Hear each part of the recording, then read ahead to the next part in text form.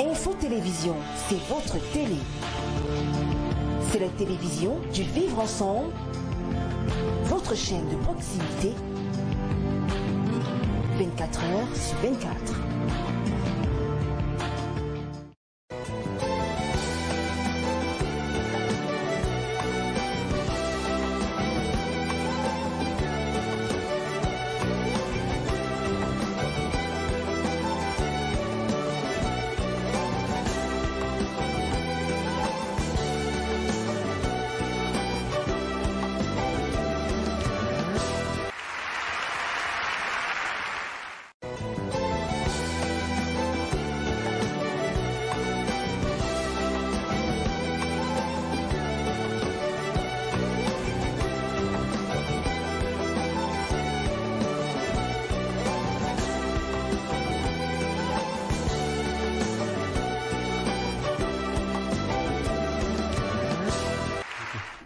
Allah le Très-Haut a dit aux croyants, oui, on vous prescrit le jeûne comme on l'a prescrit à ceux qui ont été là avant vous. Respectez ceci et vous aurez la piété. C'est inscrit dans le verset 183 du Coran pour parler de la sourate. Chers téléspectateurs, salam alaikum et bienvenue à cette édition du débat pour un vendredi spécial. Vous le comprenez, au Cameroun, c'est le début du Ramadan. Nous allons parler de cela avec la situation qui secoue le monde entier, à savoir ici le coronavirus. En ce moment où les fidèles musulmans vont rentrer dans une autre phase de confinement et avec la cause du coronavirus et leur respect accordé à leur religion, on va s'interroger à propos et nous aurons le temps d'en parler avec nos différents panélistes. Tout à côté, c'est encore le comité interministériel chargé de la lutte et l'implémentation de toutes les mesures nécessaires pour barrer la route au coronavirus qui s'est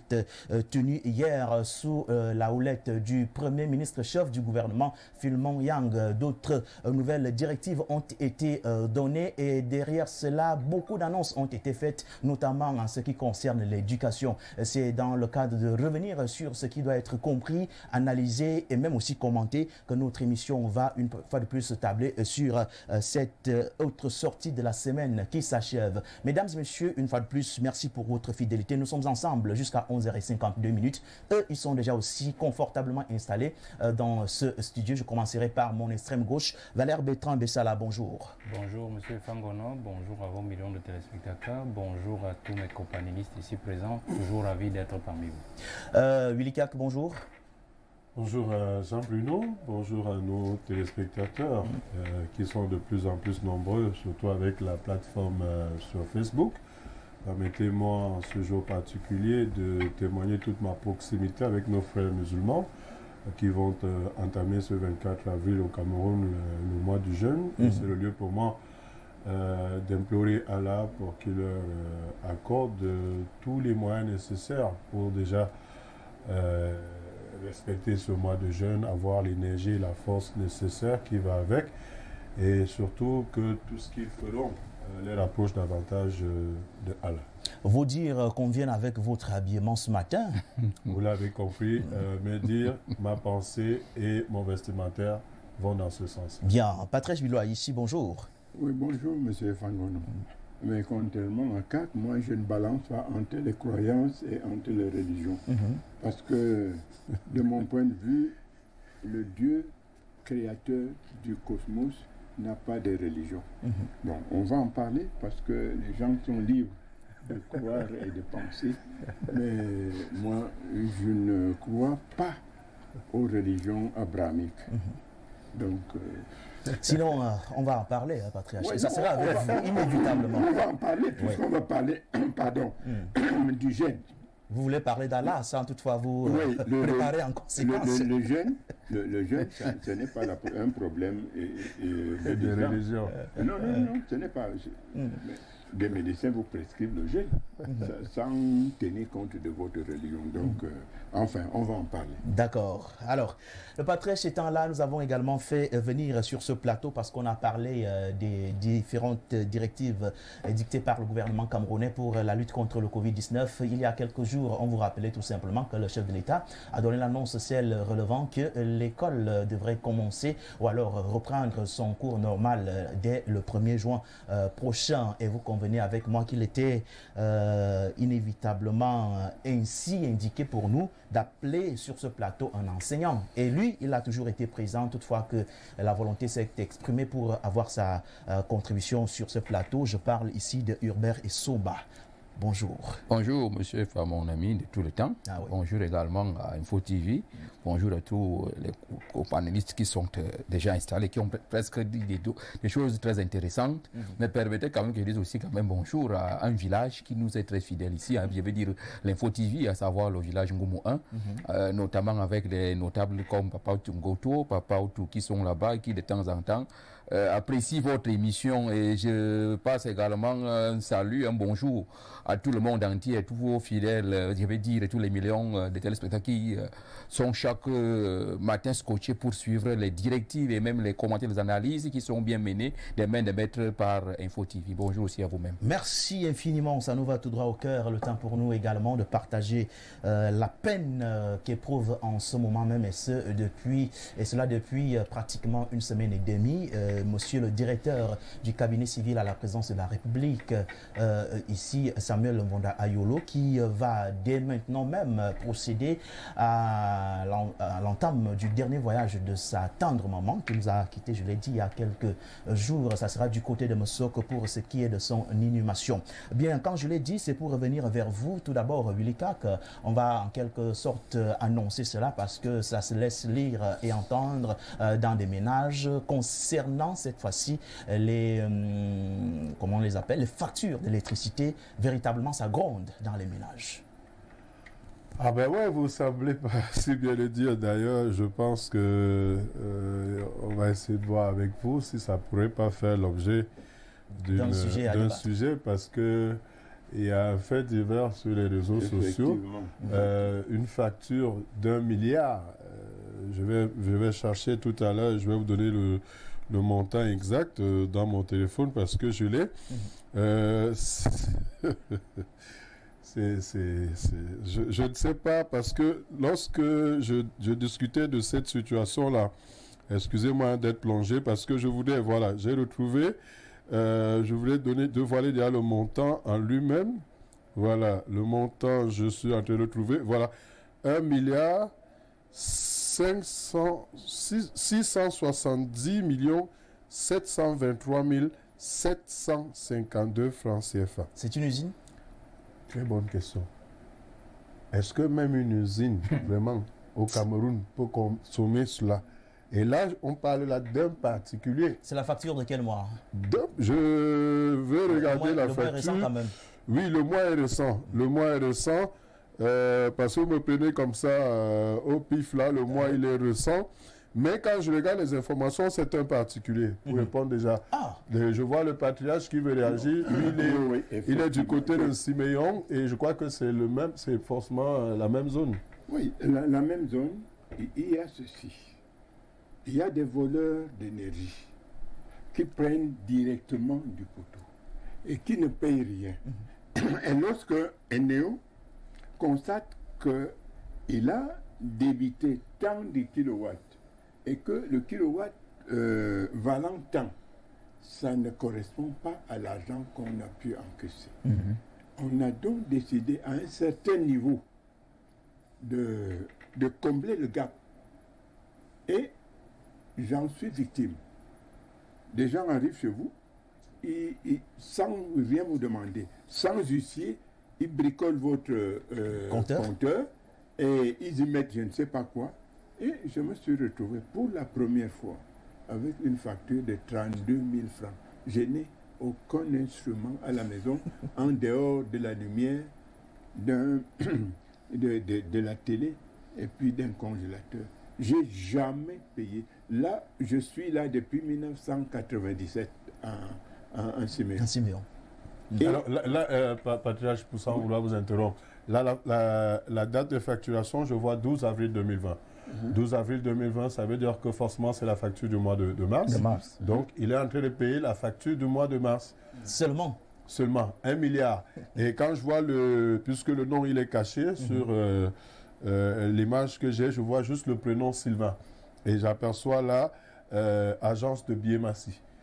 Donc, je ne sais pas, avec ces informations, vous souffrirez qu'on entre plus en profondeur. Voilà pourquoi, quand toi et moi on parlait de ça, je voudrais d'abord qu'on recoupe toutes ces informations. Oui, effectivement, c'est ça que je ne voudrais pas ici qu'on fasse la navigation à vue.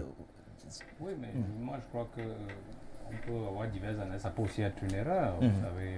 Oui. Ça peut être une erreur. Je ne sais pas s'il y a aussi un historique quand même de... Ouais, justement, parce que c'est ce que je regardais et là on aura le temps de le couper. S'il te plaît, d'autant plus que on va en parler forcément. La Séducam, qui prend la moitié de l'énergie du Cameroun, au départ payait 7 francs le kilowatt. 7. Et on a discuté, je crois qu'ils sont à 14 ou à 20 francs, pendant que le ménage lambda est à 80 francs le kilowatt. Voilà. Et s'agissant de ce montant, donc je disais que ça peut être une erreur, et je crois même que c'est davantage une erreur. C'est davantage une erreur.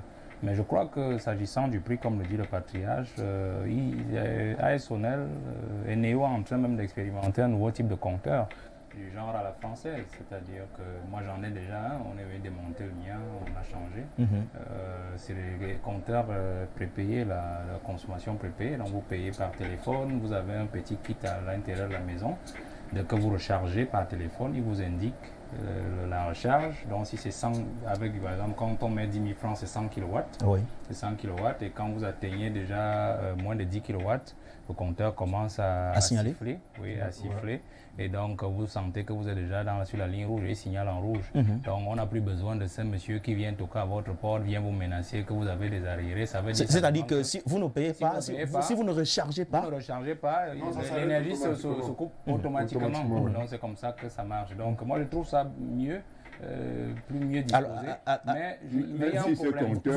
Vous me permettez de vous poser une question. Le changement de ces compteurs, c'est gratuit. Est-ce qu'ils sont venus de Non, c'est gratuit. Moi, je passe, c'est gratuit. C'est gratuit. Ils viennent, ils démontent l'ancien compteur et ils remettent celui-là avec le dispositif à l'intérieur. C'est tout. Maintenant, le véritable hic dans ce modèle-là, c'est que la consommation d'électricité est passée de, je crois, 70 francs à 100 francs. C'est-à-dire que c'est là maintenant où tout le bas blesse. Parce que quand on vous pose ce compteur, je me rends compte que... Ah, d'accord. Ouais, je me rends compte que parce que la consommation chez moi, c'est en moyenne dans les 200 kW.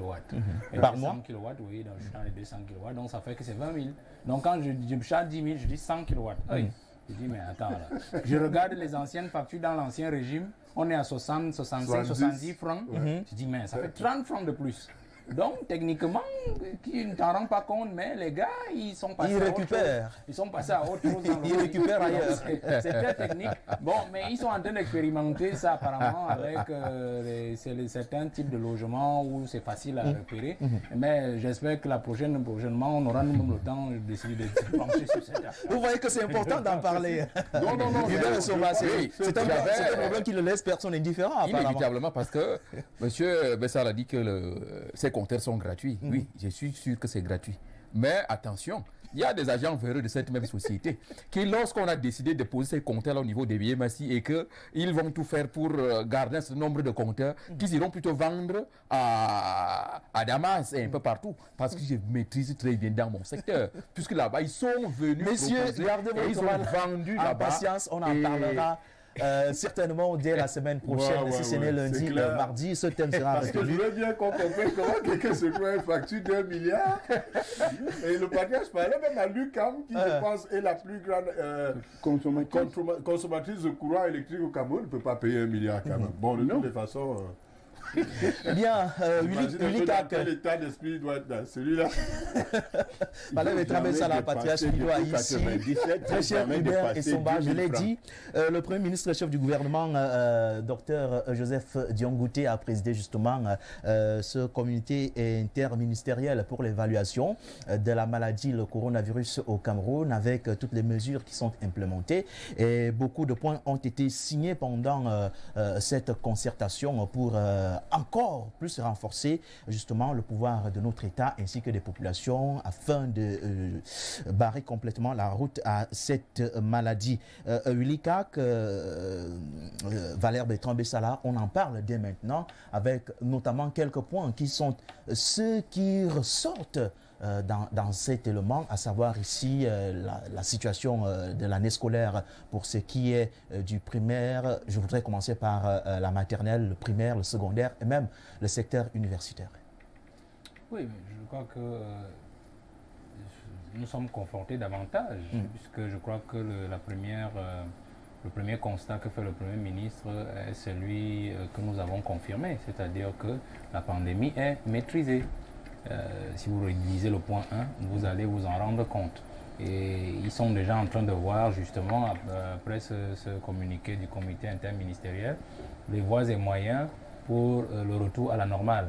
Retour à la normale, non seulement pour nos frères et sœurs qui se retrouvent encore bloqués à l'étranger, qui veulent rentrer au pays, pour nos frères et sœurs qui se retrouvent dans les établissements pénitentiaires,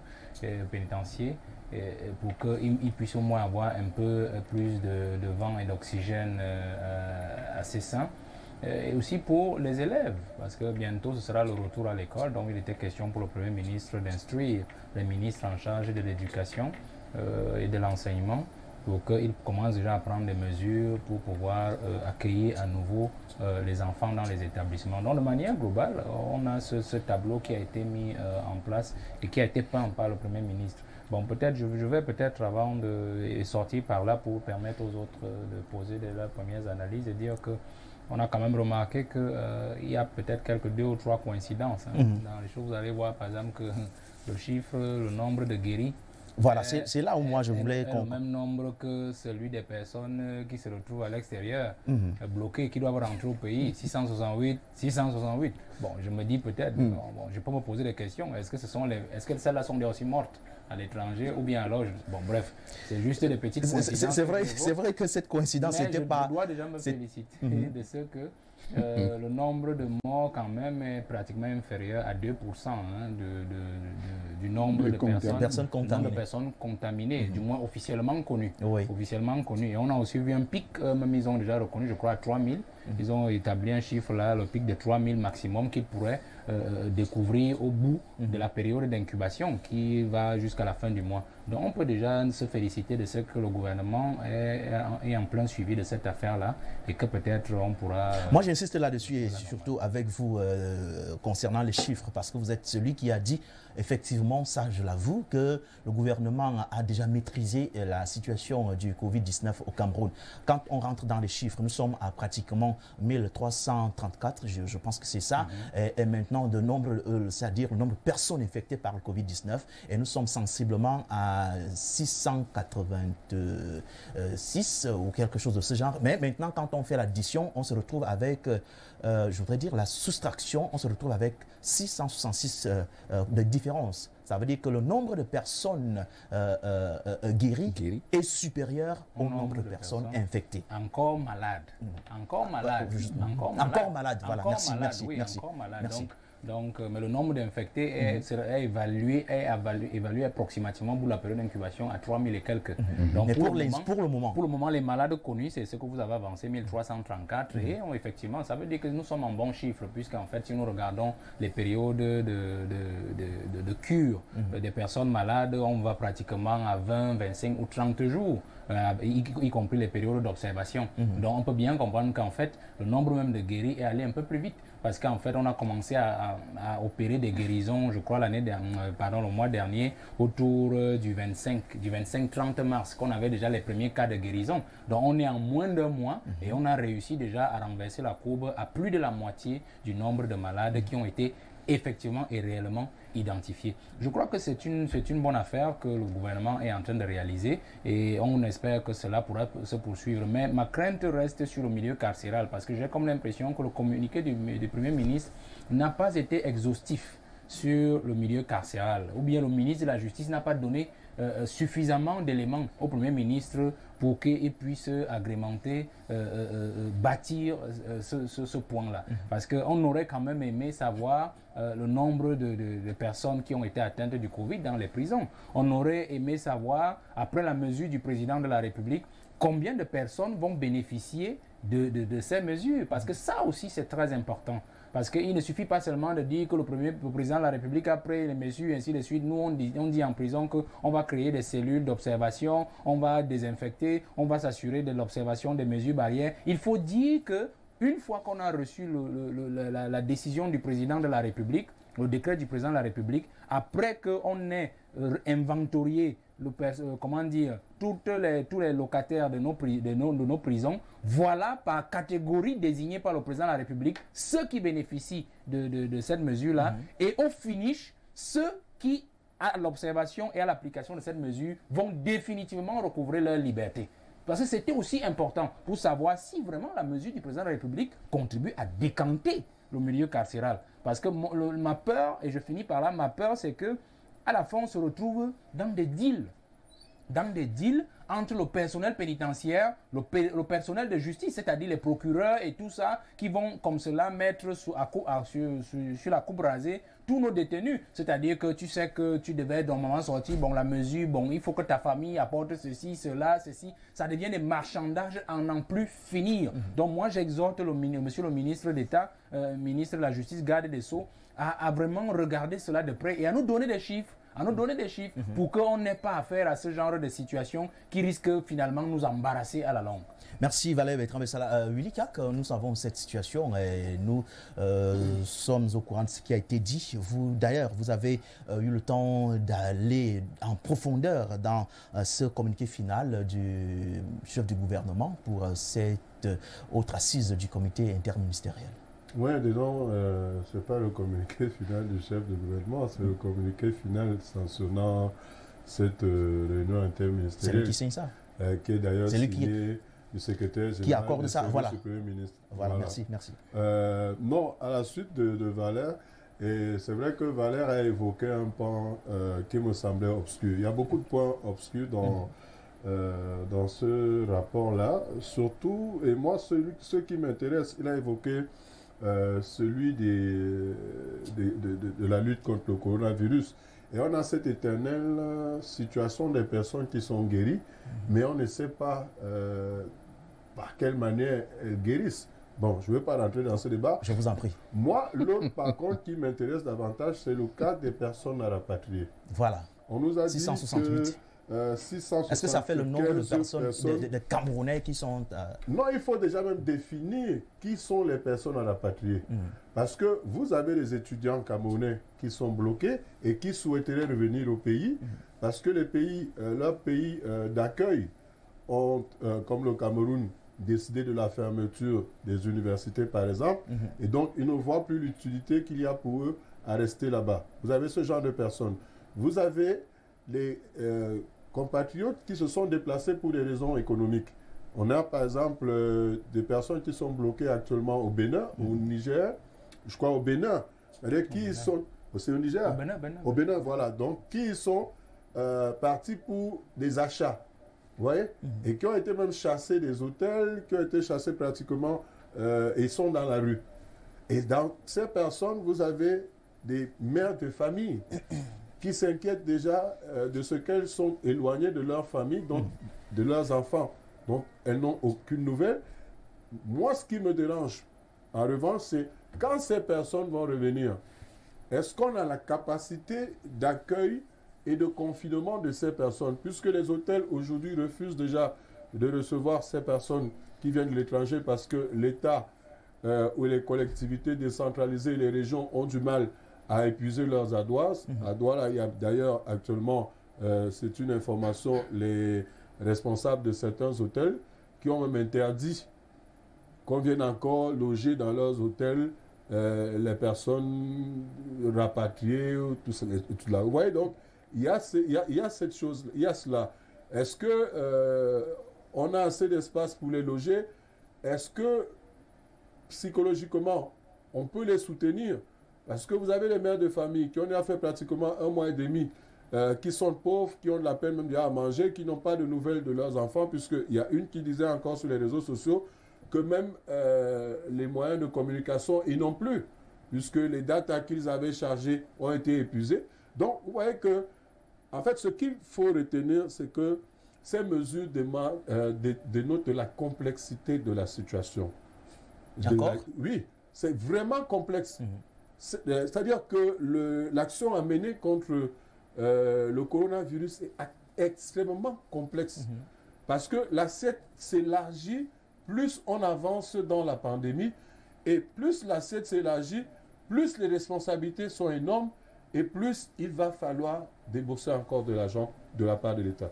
Patriarche Bilois, ici, la situation est là. L'État ne baisse pas la garde apparemment parce que chaque semaine maintenant, ce comité siège et on essaie d'abord d'évaluer ce qui a été fait avant pour préconiser la suite de l'action gouvernementale et même des populations au Cameroun pour cette lutte contre le Covid-19. Tout à l'heure, Valère Bertrand parlait de la maîtrise déjà de la situation du Covid-19 dans notre pays. Et maintenant, notre problème se pose dans les deux premiers cas, celui des personnes à rapatrier. Maintenant, c'est vrai qu'on nous fait comprendre qu'il y a des mesures qui ont été prises pour leur accueil. Il y a des endroits qui ont été justement répertoriés pour leur hébergement et tout ça. Mais maintenant, cette transition-là et tout cet ensemble, est-ce que tout est fin prêt, on peut le dire aujourd'hui? De mon point de vue, ce qui n'est pas fin prêt, c'est la vraie réflexion sur la résolution des problèmes. De ce problème. Je dis, on vous présente des gens qui sont guéris, mais on ne vous dit jamais le protocole qu'on a suivi pour les guérir. Et ensuite, nous avons des gens qui sont bloqués. Est-ce qu'on ne peut pas réfléchir un tout petit peu et dire, il faut aller tester tous ces gens. Lorsqu'on les a testés, on peut très tranquillement envoyer un avion, les prendre en connaissant leur statut. Peut-être que c'est ça, c'est la procédure qui sera appliquée, Patriarche. Parce qu'on ne saurait quand même aussi aller prendre des gens qui sont malades et venir les déposer au Cameroun comme ça sans toutefois passer... Non, ils vont passer les tests aux aéroports, mais maintenant, la situation du Covid-19, si vous permettez, Patriarche, vous avez des personnes symptomatiques et des personnes asymptomatiques. Donc, les tests même n'ont pas encore jusqu'ici prouvé leur efficacité dans le cadre du dépistage de la maladie. Donc, il y a ce problème qui se pose. Et ensuite, je voudrais quand même que même à l'intérieur, qu'on puisse, avec les tests, circonscrire les foyers. À ce moment-là, on peut confiner un foyer. Mais lorsque le confinement concerne tout le monde, le masque concerne tout le monde, même si ils sont fabriqués à la va-vite et vous empêchent même de respirer, non, je dis que cette histoire ne peut être vaincue que par une bonne réflexion et que cette réflexion ne doit pas être dans une prison administrative. Parce qu'on nous dit, le gouvernement a dit ceci, le gouvernement a fait cela, c'est autant plus. Mais demandez aussi à d'autres personnes, même à la société civile, qu'est-ce qu'on pense? Est-ce qu'elle peut apporter quelque chose de nouveau? Non, mais peut-être parce qu'il y a des perdièmes dans les réunions interministérielles dont on ne peut pas mettre tout le monde, et on risquerait de prendre la part de certains directeurs et ministres. Ce que je dis, nous devons réfléchir, nous devons toujours contextualiser les choses, mais ce n'est pas ce que nous constatons. Ce que nous constatons, c'est que nous sommes des vrais récitacistes. Je parlais tout à l'heure des gens qui sont guéris. On ne vous dit pas comment, par quel traitement, quel est le traitement qui a permis leur guérison. On vous présente seulement des gens guéris. Donc, vraiment, sans polémiquer, je dis, nous tâtonnons encore. La maîtrise, j'en doute. Nous tâtonnons et Dieu merci parce que nous n'avons pas le genre de contamination qui, par exemple, en Italie ou aux États-Unis, vous amène à des centaines de morts par jour. Donc, essayons, parce que nous avons cette chance-là, de ne pas avoir une sorte de pic de contamination. Essayons de réfléchir et regardez à Madagascar, quand on a trouvé le remède, le président est monté au créneau, il a dit qu'il y a des remèdes, même si on comprend l'affolement des firmes pharmaceutiques, mais il a dit, et il dit, voici ce que nous faisons, nous, pour guérir nos malades. Mais nous, on ne sait pas. Est-ce que c'est le protocole de Raoul? Est-ce que c'est celui de l'OMS que je considère comme un véritable adversaire? Est-ce que c'est le protocole des instituts Pasteur qui, de mon point de vue, ne peuvent jouer que des intérêts français? C'est pour cela que on s'est réunis. Bien sûr, est-ce que ma question, et je me la pose à moi-même, est-ce que on a vraiment pris les décisions qu'il fallait prendre? Est-ce qu'on a pris les décisions qu'il fallait prendre? On va rester dans ces différentes interrogations. Et là, maintenant, je vais introduire une fois de plus l'enseignant sur le plateau. On parle maintenant de ces mesures, même jusqu'au niveau scolaire. Vous avez suivi tout ce qui a été dit, bien entendu, à mettre en application dès le 1er juin prochain, qui reste la date jusqu'ici connue pour le début des classes ou la reprise des classes. Monsieur Hubert Essoma, la situation du Covid-19, on dit le 1er juin. Est-ce que d'ici à là, on aura toutes les dispositions nécessaires pour faire revenir les enfants dans les salles de classe? C'est vrai qu'on nous parle de la mi-temps, la procédure des mi-temps qui sera encore à appliquer. Oui, monsieur Efa, je suis content d'avoir entendu ici que la situation est maîtrisée. Sauf seulement que moi, j'ai un petit problème. Parce que même tout à l'heure, même quand le patriarche avait la parole, il disait qu'on présente les gens. Je ne sais pas si on les présente. Moi, je pense que c'est des chiffres qu'on nous présente. Je voudrais même voir déjà, c'est lui qui a été testé positif et qui a trouvé guérison pour nous expliquer comment est-ce qu'il a pu trouver la guérison. Ça, c'est un peu... Prof, là, ça fait l'objet non, ça c'est difficile, là, tu peux pas imaginer. Voilà à peu près comment est-ce que cette histoire est un peu complexe. Pour vous dire qu'en réalité, moi, je suis sur un article même que je suis en train d'achever comme ça, sa rédaction, où je suis en train de penser que le coronavirus est en train de chercher à sauver l'Afrique et le Cameroun. C'est-à-dire qu'après avoir diagnostiqué nos insuffisances, il y a lieu maintenant de prendre des mesures efficaces. Parce qu'il y a souvent manqué chez nous, c'est la synergie d'action. Parce que quand le parti parle de la réflexion, c'est justement ça le problème. Les gens... essaie un peu de s'asseoir quelque part, élabore un document ou un papier, comme vous voulez, et on le propose là-bas tant bien que mal. C'est un peu ça la difficulté. Lorsque vous parlez du système des mi-temps, du système de ceci, bon, moi j'attends d'abord voir comment ça va s'appliquer, puisque c'est des choses qu'il va falloir encore réimplémenter, qui ont été d'abord là à un moment donné, qu'on a mis de côté et qui reviennent aujourd'hui. C'est un peu compliqué, mais peut-être on va voir comment ça va arriver. Sauf aussi peut-être une autre chose, hein. Parce que vous savez, quand le patriarche dit ici que, est-ce qu'il faut seulement que seule l'administration soit capable d'apporter la batterie des mesures? Effectivement, c'est une question fondamentale. Et c'est ça le véritable problème de l'Afrique, la confiscation de la parole publique. C'est-à-dire qu'on a façonné d'un groupe d'individus, qu'on a attribué des titres de ceci et de cela, qui pensent qu'ils sont les seuls à mieux comprendre, à mieux cerner les problèmes et qui peuvent apporter des solutions face à ces problèmes. Voilà pourquoi est-ce que ces mesures sont bien et sont très bonnes. Mais malheureusement, leur implémentation rencontre beaucoup de difficultés parce que le coronavirus est une complexité de problèmes. Ça fait qu'il faut mûrir la réflexion au cas par cas avant d'en arriver au niveau des décisions, j'allais dire les conclusions finales. C'est un peu ça le problème. Or, quand vous parlez du 1er juin, c'est depuis le 18 mars que les enfants ont abandonné la culture de l'école. Vous ne pouvez pas savoir quelle est la préparation psychologique qu'on a aussi... Mais, à ce niveau, vous avez quand même un mois, tout un mois qui en... Non, c'est pas... la question n'est pas peut-être au professeur. Et même au professeur aussi, hein, parce qu'il vous assure que beaucoup ont changé certainement d'activité. Et pour revenir... On a quand même connu, on a eu des grandes vacances qui font 3 mois, mais si on vous dit... Mais là, c'est des grandes vacances qui sortent des examens, monsieur. C'est les enseignants qui sont devenus commerçants entre-temps. Alors, Voilà. moi, ce que je Willy, vous allez répondre à la question.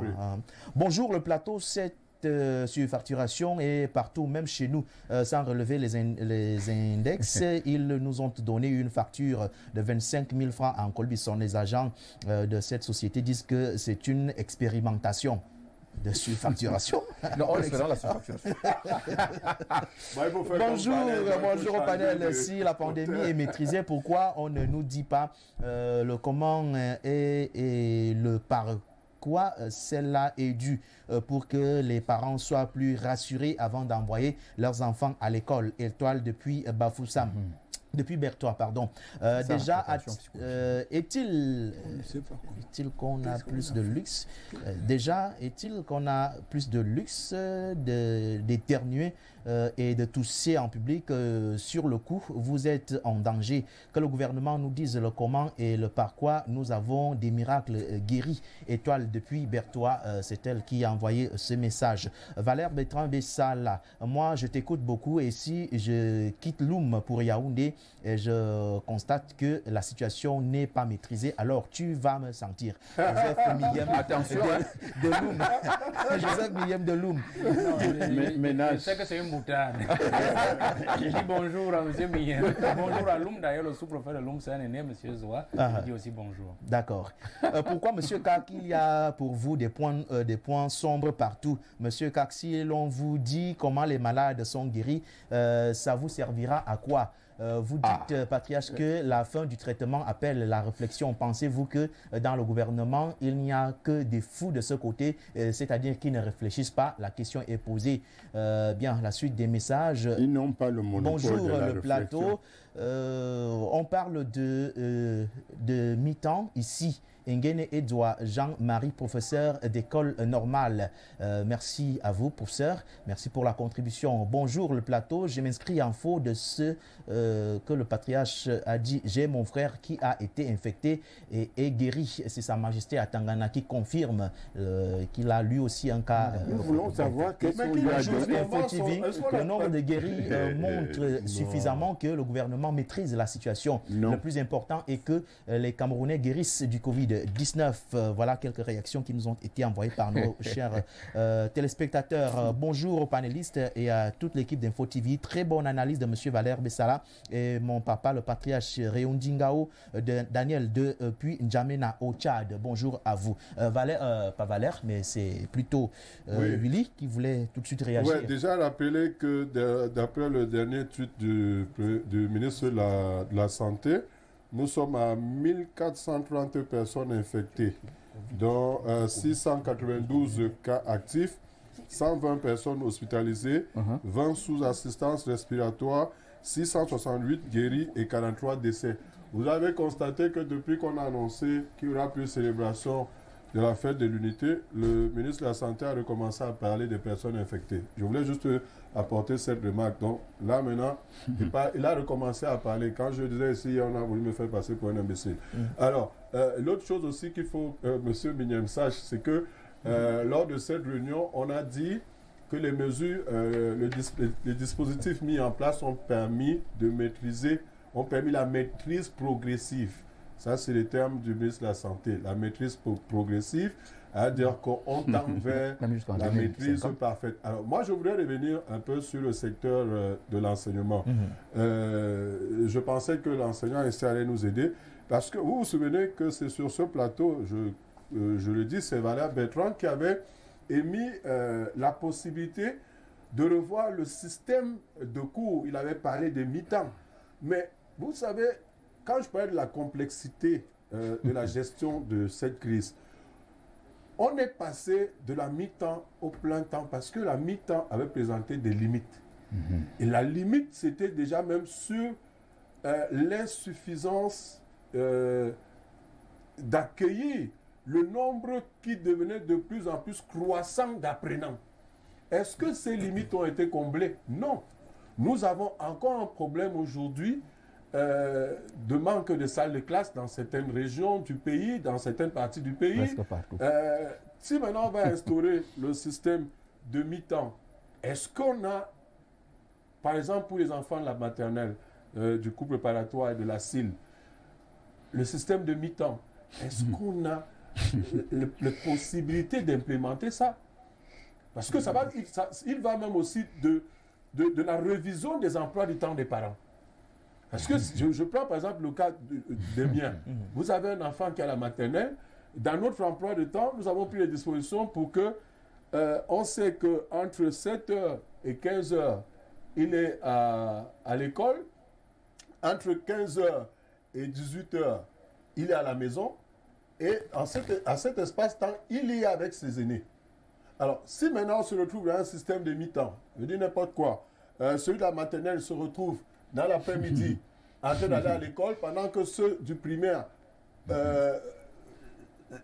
sont à la maison et vice-versa. Donc, vous voyez que la situation, je ne sais pas comment expliquer ça. Elle est complexe. Elle est complexe. Même les infrastructures, est-ce que les enseignants même sont préparés à passer à ce système-là? Donc, je crois que pour moi, je l'ai dit ici, en m'appuyant sur les lois de l'UNESCO et même sur les recommandations de l'UNESCO, je pense qu'on est déjà passé à 70%. Pour ceux qui sont en classe d'examen, qu'on les évalue. Et pour les autres, voilà, faisant encore allusion à ces, vous appelez ça quoi, les examens de séquence. Dans certains établissements, on les a maintenus malgré les injonctions du ministre de l'enseignement de base, je pense, Mme Nalova. Donc, je crois que c'est à ce niveau-là qu'il faut axer la réflexion. Bien. Valère Bertrand Bessala, nous avons au moins 4 éléments qui nous interpellent ici. On a parlé des personnes encore incarcérées qui sont en train de suivre le processus de libération avec l'accord du président Paul Biya pour certains concernant la remise de peine. Nous avons les Camerounais à rapatrier. Nous avons aussi la situation de l'école ou alors de l'éducation dont on évoquait ici avec Hubert Essoba. Ces différents pans sont encore, me semble-t-il, sans tous les éléments nécessaires pour leur solidification quant à leur implémentation. Oui, pour la justice, je reviens juste après. Je vais prendre la suite de M. Willy Kak. Oui. On va dire comme ça, aidons-les un peu. Vous savez, on a certes proposé la rotation et la mi-temps, ils l'ont adopté. Bon, aidons-les un peu, parce qu'il faut aussi qu'on leur dise ce qu'on avait derrière la tête, un peu pour qu'ils comprennent et qu'ils ne nous sortent pas une aberration chromosomique d'ici le 1er juin. Parce qu'en fait, on parlait de mi-temps, c'était justement pour dire, il n'était pas question de dire que les bébés vont ceci, cela. Il est question même d'annuler complètement pour les gens de la maternelle. Ils ne préparent pas le doctorat. Voilà. C'est-à-dire les enfants de la maternelle, on peut considérer que leur année c'est bon là. Donc c'est comme ça, puisqu'en fait ils ont déjà fait 70% de l'année scolaire. Voire même plus. Oui, donc, et c'est les plus fragiles en plus. Donc on peut déjà les éliminer. Maintenant, à partir de, on va dire comme ça, classe 1, si on est dans le système anglophone, ou bien de la CIL jusqu'au cours moyen de classique, on peut maintenant voir le système de mi-temps. Le système de mi-temps est tout à fait simple. Les mi-temps consiste simplement à dire que, par exemple... C'est vrai qu'il n'y a pas une très grande différence entre la CIL et la maternelle aujourd'hui. Non, sauf que la CIL, c'est la section d'initiation à la lecture. Donc, c'est vraiment la base. Donc, il est important qu'on les tienne. Jusqu'au bout. Oui, ils sont 7 à 70%, mais il importe quand même qu'on puisse quand même... On complète un peu. Oui, donc, on peut dire que CIL préparatoire est peut-être CE1. Ils viennent le matin. Élémentaire 2, moyen 1, moyen 2, ils viennent dans l'après-midi. On peut le faire comme ça pour cette semaine et on inverse. Parce qu'en fait, il ne reste maxi que 45 jours de classe. Parce qu'il faut bien qu'on se comprenne. Parce que quand les enfants avaient arrêté les cours le 13 mars, nous savions bien qu'en fin avril, il ne restait que 17 jours pour qu'ils aient en congé. Parce qu'en fait, vers le 30 mars, ils seraient là en congé et ils auraient recommencé après la Pâques, c'est-à-dire après le 14 ou le 15. Le 13 quelque chose comme ça. Donc, en fait, ils n'ont pas raté grand-chose. Parce qu'il faut bien qu'on se comprenne. Ça veut dire que si nous voulons absolument analyser l'affaire, ils auront pris la période du 15 avril jusqu'à, je vais même dire au 15 mai, parce qu'après le 15 mai, après le 20 mai, là, il n'y a plus d'école. Jusqu'au 15 mai, en fait, ils ont 1 mois et demi qu'ils ont empiété sur le 3e trimestre. Ça veut dire qu'ils ont déjà empiété sur 1 mois et demi de leurs grandes vacances. Si on comprend bien le système système de l'État, c'est qu'à partir du 1er juin, ils vont récupérer dans leur mois de grandes vacances ce qu'ils auront pris dans le mois de l'année scolaire. Donc on peut, le système de mi-temps, c'est de dire ceux-ci vont le matin et ceux-ci vont dans l'après-midi. Maintenant, quand on dit ceux-ci vont le matin, vont l'après-midi, le principe n'est pas de voir, comment vous dites, la mi-temps. Il faut plutôt voir la répartition et l'impact de la mi-temps sur l'occupation de l'espace dans l'école. Parce que c'est en fait cela. Quand on dit que s'ils, jusqu'à CE1, vont le matin, ça veut dire quoi? Ça veut dire que dans les classes où on a des effectifs pléthoriques, parce que les normes de l'UNESCO, c'est 30 enfants dans une salle de classe maximum. Ça veut dire que dans des salles de classe, par exemple, où on a 90 enfants, parce qu'il y en a, on devrait les répartir par groupe de 30 dans au moins 3 salles de classe.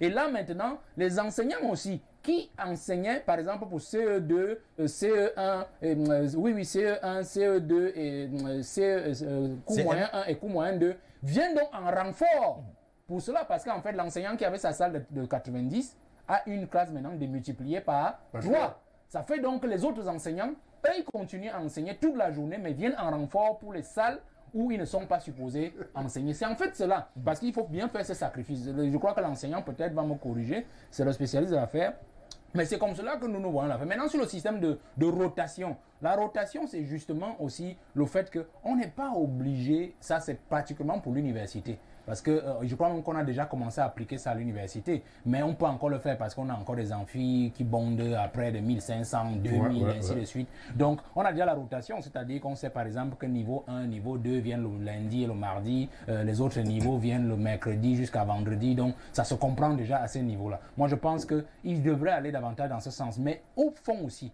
au fond, il n'est pas seulement question de dire rotation et, mi-temps.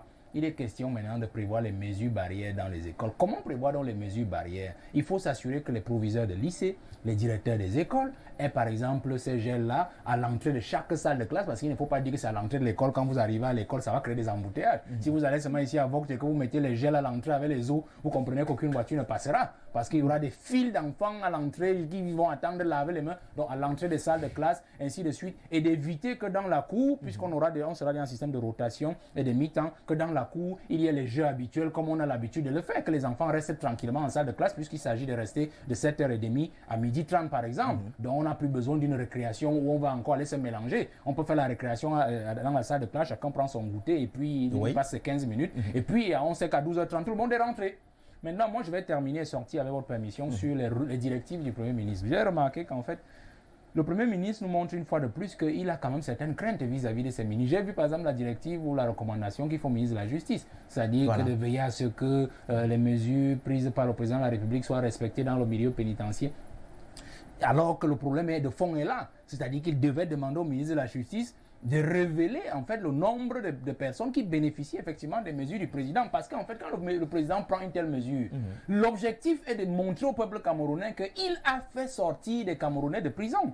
Il a décanté le milieu carcéral. Mais on ne voit pas ça. Peut-être que le ministre de Justice n'a pas encore le nombre exact. C'est la deuxième semaine aujourd'hui. C'est la deuxième semaine aujourd'hui. C'est la deuxième semaine, M. Fangono. Et je vais même vous dire une chose, c'est que il est celui qui a proposé cette mesure au président. Est-ce que vous pensez que la présidence est assise et on a demandé à un conseiller de commencer à prendre une telle affaire? Non. C'est les spécialistes du ministère de la Justice qui, en fonction des données dont ils disposaient, ont décidé de faire ce genre de proposition et même la proposition de texte au président de la République. Il n'a fait que signer. Donc, d'un. De deux, je me rends compte aussi que le Premier ministre est lui-même aussi partisan quand même du désordre.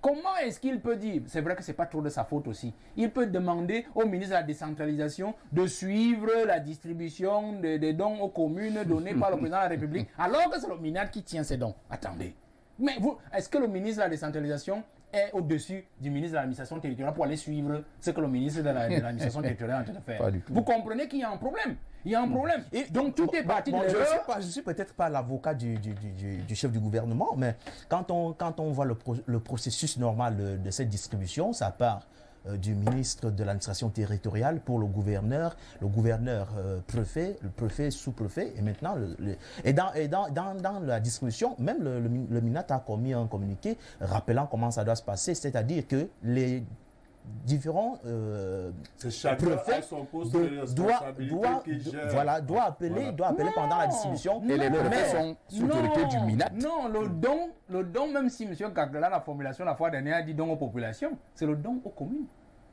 C'est aux arrondissements. Non, c'est le don aux communes. C'est ça l'intitulé du don du président de la République, c'est le don aux communes. Le ministre des communes, c'est le ministre en charge de la décentralisation. Inévitablement. Donc, normalement, dans un gouvernement où tout le monde connaît sa place, le ministre de l'administration territoriale devait prendre les 2 milliards et donner au ministre des communes. Tout simplement. Non, c'était simple. Tout simplement. Non, c'était simple. Dans un gouvernement où tout le monde connaît sa place. Mais quand vous comprenez que c'est une affaire d'intérêt, il a décidé de gérer. Et moi, je vais vous dire une chose. Parce que je vais même vous dire une chose. Parce que ce que les gens ne comprennent pas dans la logique, sans parler avec votre permission, ce que les gens ne comprennent pas généralement dans ce genre de choses, on vous dit on va acheter des seaux, on va acheter des savons, on va acheter des ci et des cela. La logique, c'est souvent généralement laquelle? On appelle, par exemple, on voit le ministre du Commerce, on dit, bon, quels sont les opérateurs économiques qui voudraient participer au Covid-19 là? Mobilisez-les. Alors, celui qui fabrique les seaux, Sofamac dit, j'offre 100 000 seaux. L'autre qui fabrique des savons, je ne sais pas trop, nos compagnies, dit, moi, j'offre 1 million de morceaux de savon, ainsi de suite. On dit, bon, voilà, quand tu calcules au commerce là-bas, ça nous fait combien de dons là? Bon, ça nous fait peut-être 1 milliard. Ok, ça fait 1 milliard dans nos poches. Voilà comment les gars, ils raisonnent. Et ça fait que l'autre milliard, on essaie juste de combler pour ce qui manque, ainsi de suite. On connaît cette technique-là. Ce n'est pas bon. Ce n'est pas bon. Il faut que les aînés apprennent à reconnaître leur place et à savoir que leurs intérêts ne sont pas au-dessus de la nation. Oui, puisque je vais changer ma place tout à l'heure, peut-être c'est un secret que j'ai trahi, je veux revenir sur ce que Valère disait, sur les propositions qu'il fait. Vous voyez qu'il y a toujours des limites. Ça peut passer facilement au niveau des établissements publics. Qu'est-ce qu'on fait des établissements privés? Quand vous demandez, par exemple, de disloquer les élèves, je suis d'accord avec lui. C'est-à-dire qu'on parle d'une salle qui avait 90 élèves à 3 classes de 30. Ça veut dire qu'au niveau des enseignements privés, il faut recruter de nouveaux enseignants. Je ne sais pas si vous savez. Bien évidemment, c'est ce qu'il disait. Et même quand il parle, par exemple, de gel, à chacune des classes, il faut un gel. Ça peut passer au niveau des établissements publics parce que l'État peut les subventionner. Mais les établissements privés, ce gel-là, il va falloir également que l'État accompagne ces établissements privés. On a plein de vacataires là qui ne font rien. On peut les associer au niveau des établissements privés pour que les suggestions que Valère fait là, qu'elles puissent passer et puissent être implémentées. Mais je continue de dire, quand on va laisser les enfants la matériel à la maison et que les enfants du primaire sont partis, l'enfant la matériel qui est resté, il faut automatiquement recruter une nounou pour qu'elle reste avec lui. L'État ne va quand même pas tout. J'avais ajouté, c'est compliqué. J'avais un truc à ajouter au niveau de l'éducation. Parce qu'en fait, lorsque les mesures commencent à être applicables dès le 18 mars, parce que c'est la date exacte. Ouais. Nous étions justement le 17 mars, ce soir-là. Et nous, dans mon secteur où je suis, en fait, il nous reste seulement que 3 jours de cours pour ce trimestre. À savoir le 18, le 19 et le 17 en question. La semaine d'après, on devait commencer l'évaluation de fin de 5e séquence didactique. Ça fait qu'à la fin de cette semaine, on devait aller en congé, ce qu'on appelle communément les congés de Pâques, et qui devait finir, et que l'école devait reprendre le 13 avril. Le 13 avril, on devait avoir une semaine maximum de cours, et la semaine d'après là, c'est-à-dire la semaine du 20 avril, on devait lancer les examens blancs, les examens de fin d'année dans la classe intermédiaire, et tout était fini pour commencer les examens officiels, parce que les examens officiels commençaient bel et bien même le 21 avril. À savoir, par exemple, le sport du bac devait commencer le 21 avril. Ça veut dire que l'école était presque achevée au niveau des cours à dispenser. Maintenant, reparler du système de... Vous avez appelé ça comment là? De rotation et tout. Je vous dis que cette affaire va nous apporter des problèmes et de sérieux problèmes. Je vous assure. Parce que tout ce que les copanélistes évoquent là, il y a même d'autres situations d'après. Lesquelles? Parce que par exemple, quand Ulrich dit que c'est lui, l'élève d'amateur qui reste à la maison, qui ne va pas à l'école. Puisqu'effectivement, nos parents étaient déjà préparés que l'enfant rentre avec ses aînés, n'est-ce pas? Maintenant qu'il reste à la maison, le papa sort, la maman sort. Vous voyez donc que c'est un système un peu compliqué. Ça, c'est bien. De deux, les enseignants à recruter, c'est-à-dire à attribuer de nouvelles classes dans le secteur du primaire. ce n'est pas évident de prendre un enseignant qui a commencé au CM2 en milieu d'année ou en fin d'année pour qu'il recommence à la CIL. Pour demander est-ce qu'on va ajouter le salaire aux enseignants. Justement, il y a ça. Bon, là, moi, je ne parle pas de salaire. L'enseignant est dans son élément et sa fonction. Avec votre permission. La charge ne manque pas. L'enseignant a son salaire et doit. On dit que vous n'êtes pas sérieux. Monsieur Soma n'est pas très sérieux. Avec votre permission, monsieur Soma. Non, il n'est pas sérieux. Il n'est pas sérieux. Voici ce qui se passe. Dans le secondaire, comme dans le primaire, c'est facile. Ne nous dérangeons pas. On n'a même pas besoin de nouveaux recrutements. C'est simple. Vous savez que les classes, par exemple, j'ai bien dit CIL préparatoire CE1. Ils viennent le matin. Que fait l'enseignant de CE2, CM1 et CM2? Il n'est pas supposé se reposer. C'est eux qui repartent de l'autre côté pour renforcer. Ça veut dire que quand CE2, CM1 et CM2 commencent dans l'après-midi, CIL préparatoire et CE1 vont aussi renforcer de ce côté-là. Est-ce qu'ils ont les mêmes aptitudes? Ils ont les mêmes aptitudes. Est-ce qu'ils ont les mêmes aptitudes? Ils ont les mêmes capacités de formation. N'est-ce pas? Il faut ajouter un mot à M. Bessala. Laissez-moi achever. Cela suppose quoi? Cela suppose que l'école révise déjà, au moins mettre en place un système d'enseignement spécifique à cette période-là. Ça veut dire qu'on n'est plus obligé d'aller à n'importe comment dans le programme. Ça veut dire que l'enseignant de cette classe-là doit sortir le canevas des enseignements de la journée.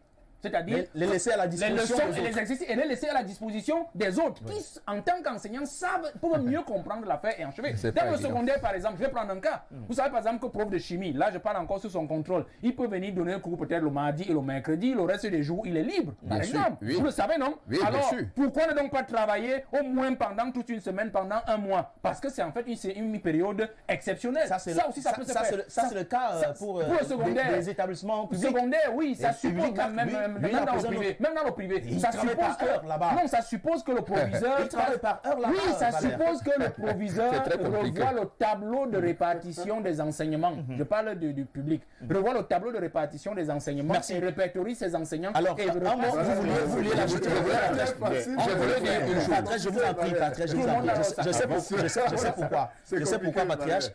Parce que je voulais ajouter d'ici un court instant. Oui. Je voulais ajouter un élément de plus, c'est-à-dire que les enseignements au niveau du primaire aujourd'hui, là-bas aujourd'hui, on parle des niveaux. Niveau 1, niveau 2, niveau 3.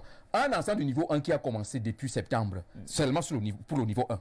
Et aujourd'hui, on lui demande de 1er juin d'alterner maintenant entre le niveau 1, le niveau STS, ou alors qu'un autre enseignant a déjà préparé une leçon pour la laisser à la disposition d'un autre enseignant, monsieur Fangono. Voilà autant de problèmes que nous aurons le jour-là. Ça ne pourra pas donner de cette façon. Je vous dis qu'en réalité, nous étions déjà presque en fin de cours au moment où on suspendait ces choses-là.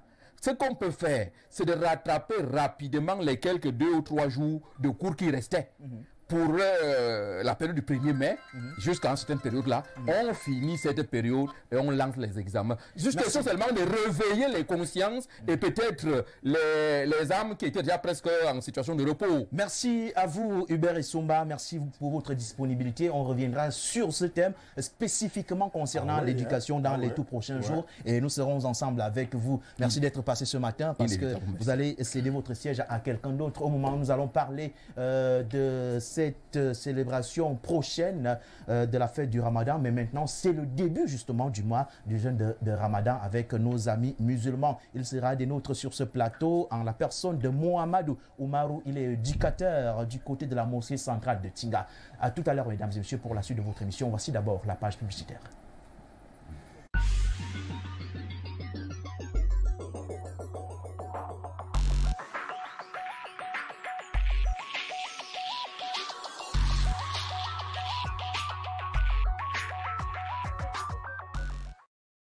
Une nouvelle approche de la médecine traditionnelle améliorée au Cameroun. Les laboratoires naturels de la coopération africaine traitent efficacement les maladies virales dites incurables telles que le VIH-Sida, hépatite virale A, B, C, D et les cancers viraux, relèvent le taux d'immunité, annulent la charge virale en 70 jours, guérissent les MST et IST tels que la syphilis, le chlamydia, la gonocoxie, etc. en 25 jours. En plus des traitements du surpoids, kyste ovarien, myome et fibrone, traitement préventif des AVC, problèmes d'accouchement et bien d'autres. Pour tout renseignement, nous contacter au numéro 651 36 91 74. Anacaf, votre guérison, notre priorité.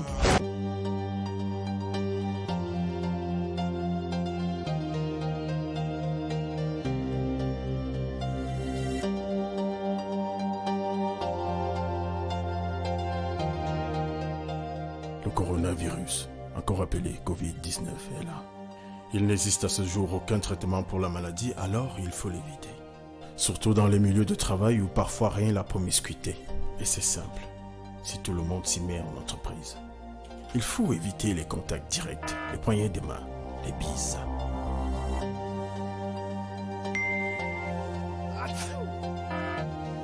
Tousser lorsque c'est nécessaire dans son coude. Il faut respecter les règles élémentaires d'hygiène dans les espaces communs. Les toilettes et les salles d'eau doivent être dotées de robinets, de savons liquides, des essuie-mains et des corbeilles à papier. À des points stratégiques, il faut mettre des solutions hydroalcooliques, donc le personnel et les visiteurs se laveront régulièrement les mains. Le 15-10, je tousse, j'éternue, j'ai de violents maux de tête. Je me sens bizarre. Ne paniquez pas, nous arrivons tout de suite. Ok, merci. Le 15-10, à composer au moindre doute. La prévention, une affaire de tous. Ceci est un message de la Caisse nationale de prévoyance sociale. CNPS, you will never live alone.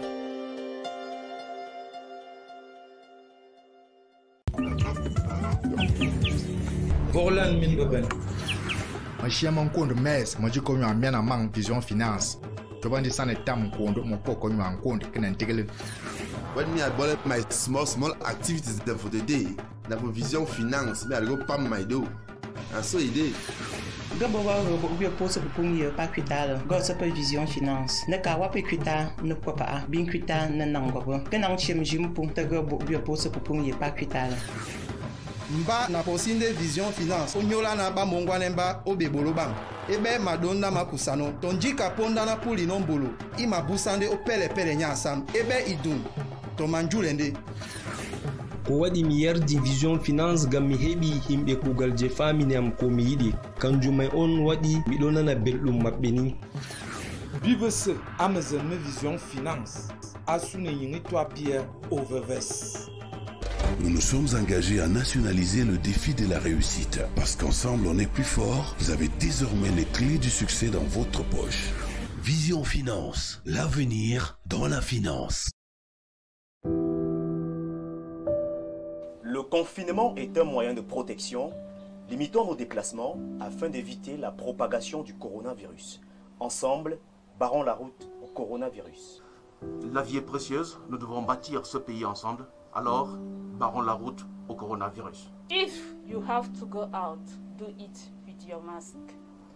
Ta vie compte, ma vie compte. Ensemble, barrons la voie au coronavirus. Se laver régulièrement les mains ou utiliser du gel hydroalcoolique, c'est un geste salutaire dans le combat. Barrons la route au Covid-19.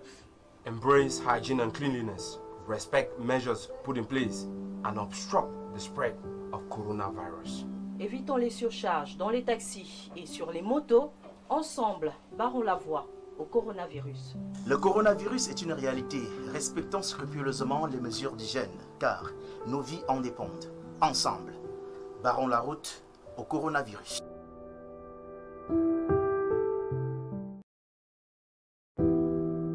If I stay in my house.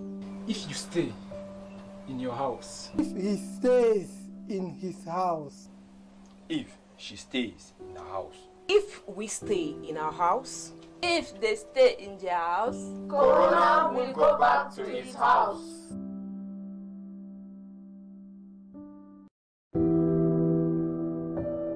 Si je reste chez moi. Si tu restes chez toi. Si il reste chez lui. Si elle reste chez elle. Si nous restons chez nous.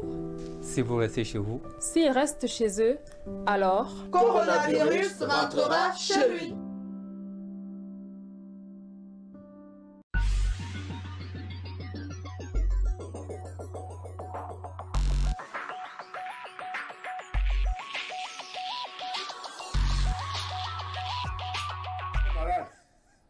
Merci infiniment pour la réalisation et toute l'équipe technique.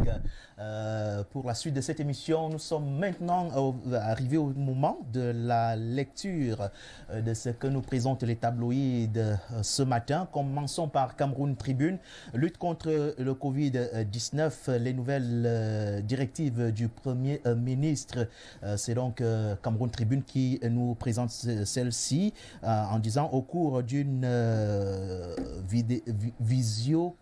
vidéoconférence qu'il a présidée hier, le Premier ministre, chef du gouvernement, Joseph Dion-Ngouté, prescrit aux membres du comité interministériel de suivi de la stratégie gouvernementale de riposte contre le Covid-19 une série de mesures. Il s'agit notamment de première mesure, limiter la propagation de la pandémie en milieu carcéral, accélérer les procédures de rapatriement des Camerounais en détresse à l'étranger, approfondir les réflexions sur les modalités de déploiement des élèves et étudiants dès la reprise des cours. C'est contenu dans Cameroun Tribune de ce matin. Allons à l'œil du Sahel pour ce journal. On parle toujours coronavirus. Le Grand Nord à l'épreuve des mesures barrières après l'œil du Sahel. Mutation Covid-19 toujours, le virus de la vie chère, mutation qu'on laisse pour l'économie. On parle cette fois-ci annulation de la fête du travail, coup dur pour les acteurs de l'économie, renseigne le journal L'économie pour l'équation. On parle de la lutte contre le Covid-19 dans les hauts plateaux. Honorable docteur Maître Focho Faustine gratifie les populations des dons. Info Matin, drame de Ngarbou, Biya ne lâche pas son armée. Le journal Dieudonné 20 nous rappelle que au sujet des tueries du Nord-Ouest, le président de la République a prescrit une enquête impartiale et transparente et dont les résultats tout aussi impartiaux et transparents rendus publics le 21 avril font la satisfaction de tous, y compris la communauté internationale et des ONG. Le patron des forces de défense du Cameroun à l'observation montre la voie qui consiste simplement à extirper les brebis galeuses du troupeau et pas plus. C'est ce que nous dit Info Matin ce jour, qui nous parle également de la prison de Kondengui. Bernadette Mbongo, gravement malade. Et si c'était le Covid-19? L'interrogation est contenue dans le journal Info Matin de ce jour. Le Messager, massacre de Ngarbou, ils doivent démissionner. En image, le ministre délégué à la prison chargé de la Défense, celui du MINAT, du ministère de l'administration territoriale et maintenant de la communication. Ils sont là après avoir formellement nié toute responsabilité de l'armée, puis rattrapés par les résultats de l'enquête du 21 avril à Tangandji, Betiasson et Sadi, sous le feu des critiques, dit le Messager. Repère pour sa part par le rapport d'enquête sur le drame de Ngarbou, le satisfait de la communauté internationale. Allons voir le quotidien qui nous parle également de Ngarbou. L'armée camerounaise bénéficie du soutien du chef de l'État. Pour la suite, c'est la nouvelle expression et tout dit. Polémique autour d'une signature. Oui, nous avons ces signatures en dessous, en image. Les discussions sont intenses dans les réseaux sociaux depuis quelques jours sur la signature du président de la République. Les avis sont bien partagés et la vérité bien difficile à cerner, dit la nouvelle expression de ce matin qui nous permet de prendre très rapidement les réactions de nos téléspectateurs. Valère Béton, vous avez dit? Oui, peut-être un commentaire aussi. Vous voulez accorder un commentaire à quel journal? Si vous l'accordez, le journal La Météo. Info Matin. Info Matin, je crois. C'est lui qui traitait Info Madame Matin. Bongo. Info Matin, oui. Info Matin, voilà. Je crois qu'avec peut-être la complicité de la rédaction, moi, je trouve un peu cette situation un peu difficile pour un haut commis de l'État. Madame Bongo qui est malade, je crois que ça ne présente pas bien. Moi, je ne trouve pas que ça présente bien, c'est-à-dire qu'on puisse embastiller à la fois un haut commis de l'État et son épouse. Parce que moi, Qu'est-ce que vous préconisez? Non, pour moi, je crois que dans la magnanimité du président, il pourrait quand même relâcher l'épouse. Parce que, relâcher ou bien? Oui, relâcher, moi j'estime. C'est le nom même que je trouve.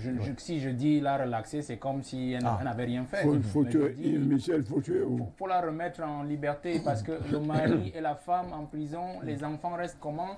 Et puis vous savez, moi je pense que chacun a sa responsabilité.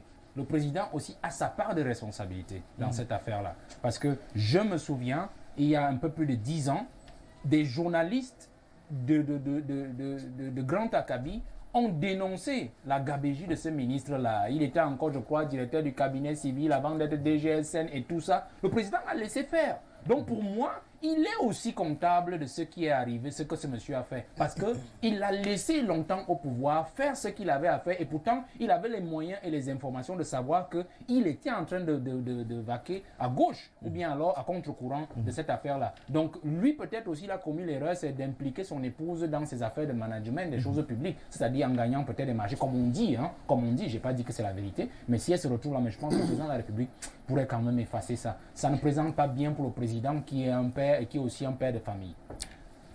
Plaidoyer formulé à l'endroit du président pour le bénéfice de Madame Bernadette Mbongo qui serait justement victime du Covid-19 d'après l'information contenue dans le journal Info Matin de Dieudonné 20. Et c'est un plaidoyer formulé par Valère Bertrand Bessala ce matin. Bien, les réactions de nos téléspectateurs. Bonjour le panel. Quand la France annonce 1400 guérisons et en une journée, c'est normal. Quand le Cameroun annonce 668 cas de gens, on en fait des débats politiques. Les Français eux-mêmes ont dit que pour l'instant, il n'y a pas de traitement miracle. On soigne les symptômes et les anticorps du patient font le reste. C'est Raymond qui nous écrit depuis Pointe-Noire. Merci à vous Raymond pour la réaction de ce matin. Ils sont nombreux qui nous ont écrit que je dois retrouver bien. Abdou Karim nous a écrit lui aussi. Bonjour le panel, il faut que le gouvernement, en commençant par le président de la République, fasse confiance et accompagne les chercheurs en médecine traditionnelle et qu'il contextualise les mesures barrières aux réalités du pays, qu'il cesse de copier et d'attendre tout de l'Occident. Il faut que l'Afrique en général et le Cameroun en particulier arrêtent de se faire piétiner. Je pense que cette pandémie est vraiment une opportunité pour le Cameroun et pour l'Afrique de se débarrasser de ses détracteurs. Il faut oser. Je salue notre patriarche tout en lui souhaitant un bon retour. Merci Abdou Karim depuis Antananarivo. Il vous a salué, patriarche. Merci. Bonjour Info TV. Quand Uli et Valère s'entendent, le débat n'est pas animé. Alex Koyim depuis Douala. Il veut vous voir toujours plutôt tiré. Vraiment, les Camerounais ils sont forts. Bonjour, bravo à M. Bessala. J'attends toujours son numéro pour l'inviter Aloïse Aimé depuis Douala. Bien, il m'a donné l'accord de vous envoyer son numéro et je le ferai au sortir de cette émission. C'est bien parce que vous me le rappelez ce matin. Bonjour le panel, bonjour grand prof et Somba. Je suis heureux de vous voir et de vous suivre dans Info TV ce matin, toujours pertinent et cohérent comme en salle de classe. Je fus votre élève en première au lycée des Vaudoula. Puis-je avoir le contact de monsieur Somba? J'ai un travail énorme apparemment aujourd'hui. C'est celui de distribuer. Monsieur Wodo Enama depuis le quartier est tout dit. Je vais recruter Willy Kaka pour... Bonjour à vous sur le plateau. J'apprécie la pertinence des points de vue de vos panélistes. Cependant, l'on doit observer une sorte de cacophonie dans la gestion du Covid-19 de la part de notre gouvernement dans tous les secteurs d'activité. Depuis un Kouabang, c'est lui qui a envoyé le message. Bonjour à vous, j'aime bien les débats et votre émission. Ma question est celle de savoir pourquoi faut-il encore faire des cours à la télévision et à la radio s'il est vrai que les enseignants avaient déjà clôturé les programmes. La suite des réactions maintenant avec l'autre canal. Bonjour, le gouvernement camerounais souffre d'une très grande ignorance, un virus de l'inconscience en même temps. C'est Stéphane de Yaoundé qui a envoyé ce message. Bonjour à tous. Les cours de mi-temps sont difficiles à appliquer dans tout le Cameroun car certaines classes sont jumelées. Par exemple, les classes de 6e A et B se retrouvent dans la même salle. C'est avec 160 élèves en tout. Comment faire la mi-temps de Youssouf? Vous avez la 6e et la 5e dans la même qui partagent la même salle de classe. Ouais. Difficile alors. Bonjour, le Covid-19 a des beaux jours dans notre pays. Allez voir les salles d'audience, comment elles sont bondées. Où est le ministre en charge? On ne peut pas vous donner le protocole de guérison. On ne peut pas soigner chaque asthmatique comme on soignait Bilois âgé. C'est au cas par cas. Vous avez compris. Ah ouais. Bonjour à vous. En studio, nous avons même des salles de classe ayant plusieurs enseignants au primaire. Pourquoi ne pas les enlever et les envoyer ailleurs? Bonjour à vous sur le plateau. La question que je me pose est celle de savoir si les élèves vont toujours s'en sortir à l'examen. Prenons le cas de ceux qui sont dans les campagnes. Comment vont-ils suivre les cours télévisés alors qu'ils n'ont pas de télé ou de téléphone Android? Audrey Dengousso est celle qui nous a envoyé le message. Bonjour à vous, que le monsieur qui dit que son frère était atteint et qu'il est guéri et nous dise comment est-ce qu'il a été soigné et en prenant quoi. C'est Étoile qui s'interroge une fois de plus. Bonjour à vous le plateau, je m'inscris en faux de ce que dit le patriarche. J'ai mon frère qui a été infecté et guéri, c'est Sa Majesté à Tangana. Il y a des classes qui ont 3 mètres qui ne font rien. C'est toujours lui qui réagit en ce double sens. Bonjour le plateau, moi c'est Jean Austin de Djoum. La rentrée du 1er juin va mettre à nu les faux des chefs d'établissement qui surpeuplent les classes à la rentrée pour remplir leurs poches et ne déclarent que la moitié. Bien, ça c'est encore un autre problème qui est apparemment à sculpter. Il est préférable de faire revenir dans les salles de classe aux primaires seuls les élèves du cours moyen 2 et les finissants des Nièges et jeunes Oudia. Edouard Jean-Marie depuis Mbalmayo qui dit bravo et félicitations à M. Bessala pour la maîtrise de ce sujet. Merci également de nous regarder depuis Mbalmayo. Monsieur l'enseignant, vous critiquez les propositions du gouvernement. Vous proposez quoi? On fait quoi? Criticard, on aurait bien voulu vous voir à l'œuvre. Patriarche. Bien, la suite des messages. Valère Bertrand Bessala, depuis 7 ans que je suis enseignant, on ne m'a jamais signé un avancement et tu me demandes de travailler 7 jours sur 7 et en implique que je quitte Loum pour Yaoundé. Je vois que tu persistes encore. C'est M. Mignon? Non, il n'a pas. Peut-être c'est lui parce que c'est un autre. Bonjour à vous sur le plateau. Je suis très content de vous voir débattre ce thème. Merci pour ce que vous faites. Que Dieu vous bénisse. C'est Taïwé et Etienne de Ngousso. La suite des messages. Willy, c'est comment? Bonjour le panel. Je suis d'accord avec l'analyse de M. Bessala parce que les enseignants du primaire sont guéris et ont reçu une formation les permettant de tenir le niveau 1, niveau 2 et même le niveau 3. Merci pour la confirmation. Bonjour à vous sur le plateau. Je m'interroge toujours à propos des chiffres que le gouvernement publie pour les cas de guérison du Covid-19 en passant par les cas de confinés et autres sans nous faire part des méthodes recourues pour y parvenir en passant par ce fameux numéro vert qui n'a jamais été disponible. Donc, il faudrait que nos dirigeants cessent de nous prendre comme des moutons. Liman Sanda, depuis Koussiri, nous envoie le message. On va revenir sur les autres d'ici un court instant. Le temps pour nous de donner tout d'abord la parole au patriarche pour conclure avec le sujet concernant les mesures du Premier ministre et spécifiquement celles liées à l'éducation. On a parlé du retour des élèves dans les salles de classe le 1er juin. Tu vois, Jean-Bruno, ce qui me gêne, c'est que je ne voudrais pas me mettre ici, me transformer en mon propre avocat. Je ne vais pas me défendre. Ceux qui me connaissent savent ce que j'ai fait. J'ai dit avant d'entrer à la police, j'ai fait des rapports. Je vous ai raconté cette histoire. Oui. J'ai proposé des choses. Je propose toujours. J'ai dit et je maintiens que l'administration, la nomenclatura Comprador n'a pas le monopole de l'intelligence et de la sagesse. Donc il faut élargir. Et ensuite, quand on parle de vidéoconférence, vous pensez qu'on discute vraiment dans les vidéoconférences? Ça veut dire qu'on a tracé un programme qu'on va suivre. Donc, les gens qui parlent de critiquer, nous ne pouvons pas ne pas critiquer. Et moi, je continuerai à critiquer. Et si on me demande de proposer, je veux le faire. Je l'ai dit ici sur ce plateau. Donc, je regrette, il y a des gens qui attendent pour dire quand tu fais ceci, Bessala fait cela, Biloua fait... eux-mêmes, comme on dit au quartier, Qu'est-ce qu'ils ont fait? Les gens ont vu. Moi, j'ai fait. Les gens Merci ont vu. à vous, Patrice Milo, ici.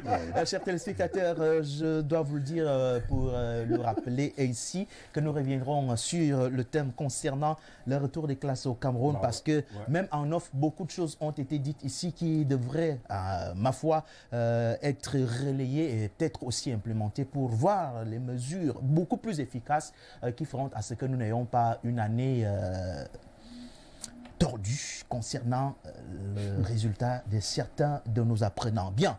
Assalamu alaikum Mohamedou Oumarou. Wa alaikum salam. Jamna Sare. Jamnita. Jamna Debo. Jamna.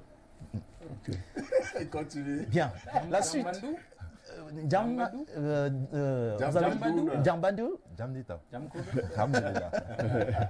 Là, c'est pour. Bien sûr, moi, ça fait beaucoup d'années. Hein, je suis parti de là. Sinon, on est ensemble. Bien. On vous reçoit ce matin, c'est pour parler justement du Covid-19, mais surtout de ce mois de Ramadan qui commence au Cameroun. Vous êtes, pour le rappeler, je disais tantôt éducateur, vous êtes plutôt prédicateur à la mosquée centrale de Tinga. C'est ça? Prédicateur, pas à la mosquée centrale de Tinga, mais prédicateur dans Yaoundé. Ok, donc ce n'est pas circonscrit. C'est pas circonscrit. Oh là là, merci. Monsieur tout le monde alors. Merci, si on peut dire comme ça. Bien, vous êtes là pour que, ensemble avec Valère Bertrand-Bessala Ulika, qui est le patriarche, nous essayons de regarder au plus profond votre confinement doublé. Parce que nous sommes au Cameroun en plein confinement, on va le dire. C'est vrai que ce n'est pas déjà cela dans le sens clair du mot. Mais quand on sait que le mois de Ramadan, c'est le mois de jeûne chez vous, comment ça se passe d'emblée? Bismillahirrahmanirrahim. Alhamdulillah wahda wa salatu wa salam ala ashraf al-anbiya wal mursalin, nabina Muhammadin wa ala ali wa sahaba wa ba'd. Je remercie d'abord le Seigneur de l'univers qui nous a permis d'être présents ici. Et mes gratitudes vont aussi à votre endroit pour nous permettre de nous exprimer. Nous devons savoir premièrement en tant que croyants que nous avons été créés pour un but noble que le Seigneur nous a clairement signifié dans le livre, le Coran, lorsqu'il dit « Wama khalaqtul jinna wal insa illa liya'budun » Je n'ai créé les djinns, c'est des esprits invisibles, et les hommes rien que pour qu'ils m'adorent. Donc, notre présence sur la terre justifie l'adoration de notre Seigneur. Et seulement l'islam a ce qu'on appelle Ashumul. Ashumul qui est la globalisation. Il y a cet aspect-là dans l'islam. Il y a, c'est-à-dire, l'adoration qui doit être réalisée en période où les musulmans ou alors les croyants sont tranquilles et paisibles. Et l'islam reconnaît également que lorsque les situations ne sont pas tranquilles, il y a certaines restrictions que l'islam aussi propose. Donc, le Covid-19 est cette là et c'est un mal qui est réel. Et d'ailleurs, nous demandons à notre Seigneur, à travers, c'est-à-dire les prières, les invocations, qu'il ôte vraiment ce mal-là qui a déjà causé beaucoup de dommages sur la terre. Il est certes capable. Nous devons savoir donc que nous devons adorer notre Seigneur en temps plein. Et aussi dans des situations difficiles, il y a des restrictions, comme je le disais. C'est-à-dire que nous adorons notre Seigneur avec ce Covid-19, ça ne met pas fin à l'adoration. Pourquoi? Parce que le Seigneur dit, n'est-ce pas, dans le verset, et adorez votre Seigneur et adore ton Seigneur jusqu'à ce que te parvienne la certitude qui est interprétée ici par les exégètes comme étant la mort. Donc ce n'est que la mort qui met fin à l'adoration du croyant. Mais maintenant, il y a des prédispositions. Parce que l'islam vient aussi pour préserver ce qu'on appelle hifzun nafs. L'islam vient préserver, c'est-à-dire la vie. L'islam vient préserver aussi ce qu'on appelle hifzun siha. L'islam vient préserver, c'est-à-dire la santé.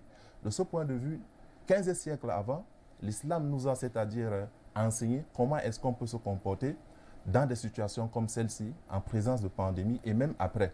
Et les mesures, c'est-à-dire mises sur place par le gouvernement, vont en étroite ligne avec les enseignements, c'est-à-dire de l'islam, tels que le confinement, tel que le fait, n'est-ce pas, de limiter les fréquentations. Toutes ces mesures-là sont prises en considération. Voilà pourquoi d'ailleurs, vous allez constater que les mosquées ont fermé. Les mosquées ont fermé pour, c'est-à-dire, limiter le taux de contamination et enseigner aux fidèles vraiment de patienter et que Allah subhanahu wa ta'ala, il connaît nos situations, il connaît nos états et il n'est pas inattentif à tout ce que nous traversons et qu'il faut rester serein et invoquer beaucoup Allah subhanahu wa ta'ala. Bien, Wilika Kevale Bertrand Salah, Patrice Biloua, ici vous avez le prédicateur justement de Yaoundé concernant les musulmans qui sont dans la cité capitale politique du pays, en la personne de Mohamedou Oumarou. Il vient de faire là tout un listing du rappel qui fait à ce qu'on associe le présent à leur quotidien. Wilika, je vous voyais avec l'envie de soit poser une question, parce qu'aujourd'hui vous avez cette possibilité de poser la question à notre personne ressource. Ça peut aller. Non, pas poser les questions. Ce que vous ne savez pas, c'est que j'ai fait aussi un peu dans la théologie, et donc ça m'a permis de chercher aussi dans certaines autres religions que celle qui est la mienne, le christianisme. Déjà, il faut, par rapport à votre sujet qui concerne le respect du mois de jeûne, et parallèlement à tout ce qui secoue la planète aujourd'hui, déjà il faut dire que le ramadan, ou le mois de jeûne, fait partie des 5 piliers obligatoires pour les musulmans, les piliers étant bien sûr ces devoirs que tout musulman doit appliquer. Vous avez par exemple la shahada qui est l'attestation de foi, vous avez la zalat qui est la prière, vous avez la zakat qui est l'impôt social, parce que la charité est obligatoire chez tout musulman, est obligatoire ou est recommandée chez tout musulman, mais obligatoire pour tout musulman qui est financièrement stable. Donc, pour revenir au mois de Ramadan, il faut aussi préciser une chose à la suite de monsieur le prédicateur, c'est que le Ramadan ne se limite pas seulement au jeûne. Ça, il faut que les gens le sachent. Il a évoqué par exemple les circonstances dans lesquelles on peut se soustraire au jeûne. Et déjà, le Ramadan n'est pas obligatoire pour les personnes malades. Le Ramadan n'est pas obligatoire pour les femmes enceintes, pour celles qui allaitent ou même celles qui sont indisposées, et encore les voyageurs. Donc vous comprenez que nos frères, par exemple, qui sont en situation précaire hors du pays et qui demandent à rentrer dans notre pays, ne sont pas assujettis ou obligés de jeûner, mais ils peuvent reporter le jeûne. L'autre chose qu'il faut aussi dire, on peut compenser le jeûne par les dons. Ouais. Et quand je dis ça, c'est pour que nous comprenions qu'il ne faudrait pas que les gens pensent que parce que nous sommes en situation de crise sanitaire, on ne peut pas observer le jeûne. Mais dans tous les cas, Valérie Bertrand Salah, quand nous autres nous comprenons Ramadan, nous savons que c'est le mois le plus difficile pour l'homme musulman. C'est ce que nous savons. Et maintenant, cette difficulté à accrocher à celle que tout le monde entier vit, à savoir le Covid-19, on se dit véritablement, est-ce que ces gens auront la tête sur les épaules pour traverser ce moment? Mais pourquoi ils n'auront pas la tête sur les épaules? L'histoire de l'islam nous renseigne que cette religion n'est pas à sa première peste ou alors à sa première maladie ou à sa première pandémie. Juste après le départ du prophète en 632, on a eu l'un de ses califes, Omar, qui a justement eu à faire face à la première peste du Proche-Orient en 638, lorsqu'il a fallu envahir la Syrie et tous les pays byzantins alentour. Donc on avait justement ce qu'on a appelé la peste d'Emmaüs, qui avait gagné cette zone-là. Et ils se sont souvenus, et Omar s'était souvenu à cette année-là, 638, de la prescription du prophète, qui justement avait dit de ne jamais conquérir un territoire qui est en proie à une peste, et donc de s'en retirer. Et on se souvient que l'histoire de l'islam nous renseigne que l'armée d'Omar avait perdu par cette campagne-là 25 000 soldats.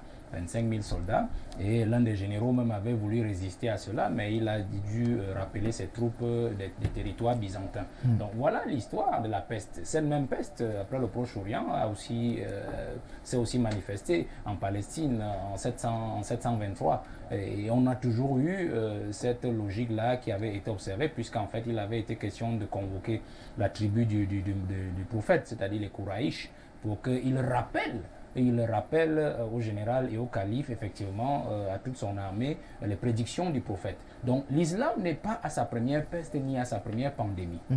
Et tant que la pandémie subsiste, on applique l'isolement parce qu'en fait le prophète même avait déjà prédit cela dans les campagnes, donc les campagnes de conquête de la foi. C'est-à-dire que lorsque vous arrivez dans une période où vous avez en face de vous une peste qui envahit les populations, si ce n'est pas votre territoire de départ, vous retirez vos troupes, vous attendez que la peste se termine avant d'engager à nouveau la conquête. Si la peste arrive sur votre territoire de naissance, c'est-à-dire que vous vous retrouvez par exemple dans les zones chiites ou sunnites, ainsi de suite, c'est chez vous, alors vous avez un besoin d'isolement et d'évitement. On appelait ça évitement, nous appelons ça aujourd'hui isolement. Donc l'islam a même déjà pratiqué l'évitement et l'isolement, bien avant que nous on en parle aujourd'hui. Dans la tradition, c'est connu. Que ce soit en islam, que ce soit chez les chrétiens, on a connu même du temps de la reine Esther. Quand on parle du ramadan, le jeûne, ainsi de suite, Esther avait demandé aux populations de prier, de jeûner pendant qu'elle va rencontrer son époux de Marie, aux Juifs, parce qu'en fait le roi avait décidé de donner la mort aux Juifs. Donc on a connu le jeûne à partir de cette période-là.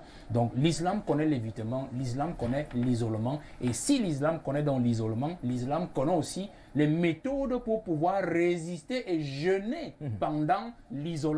Et il faut déjà même savoir que rien que par le jeûne du ramadan, on est déjà dans l'isolement. Puisqu'en fait, vous savez que, ayant travaillé dans ces zones-là, c'est la période où, généralement, là, je vais peut-être taquiner notre ami sur le plateau. Mamadou. On s'était rendu compte dans la préfectorale, en sous-préfecture comme à la préfecture, que bizarrement, c'est pendant le ramadan que tous les bars étaient pratiquement vides. Les propriétaires des bars se plaignaient qu'ils ne font plus du chiffre. On se posait des questions, mais attention là, on est quand même dans une zone musulmane et musulmane. Comment se fait-il que... Bon, c'est une façon de...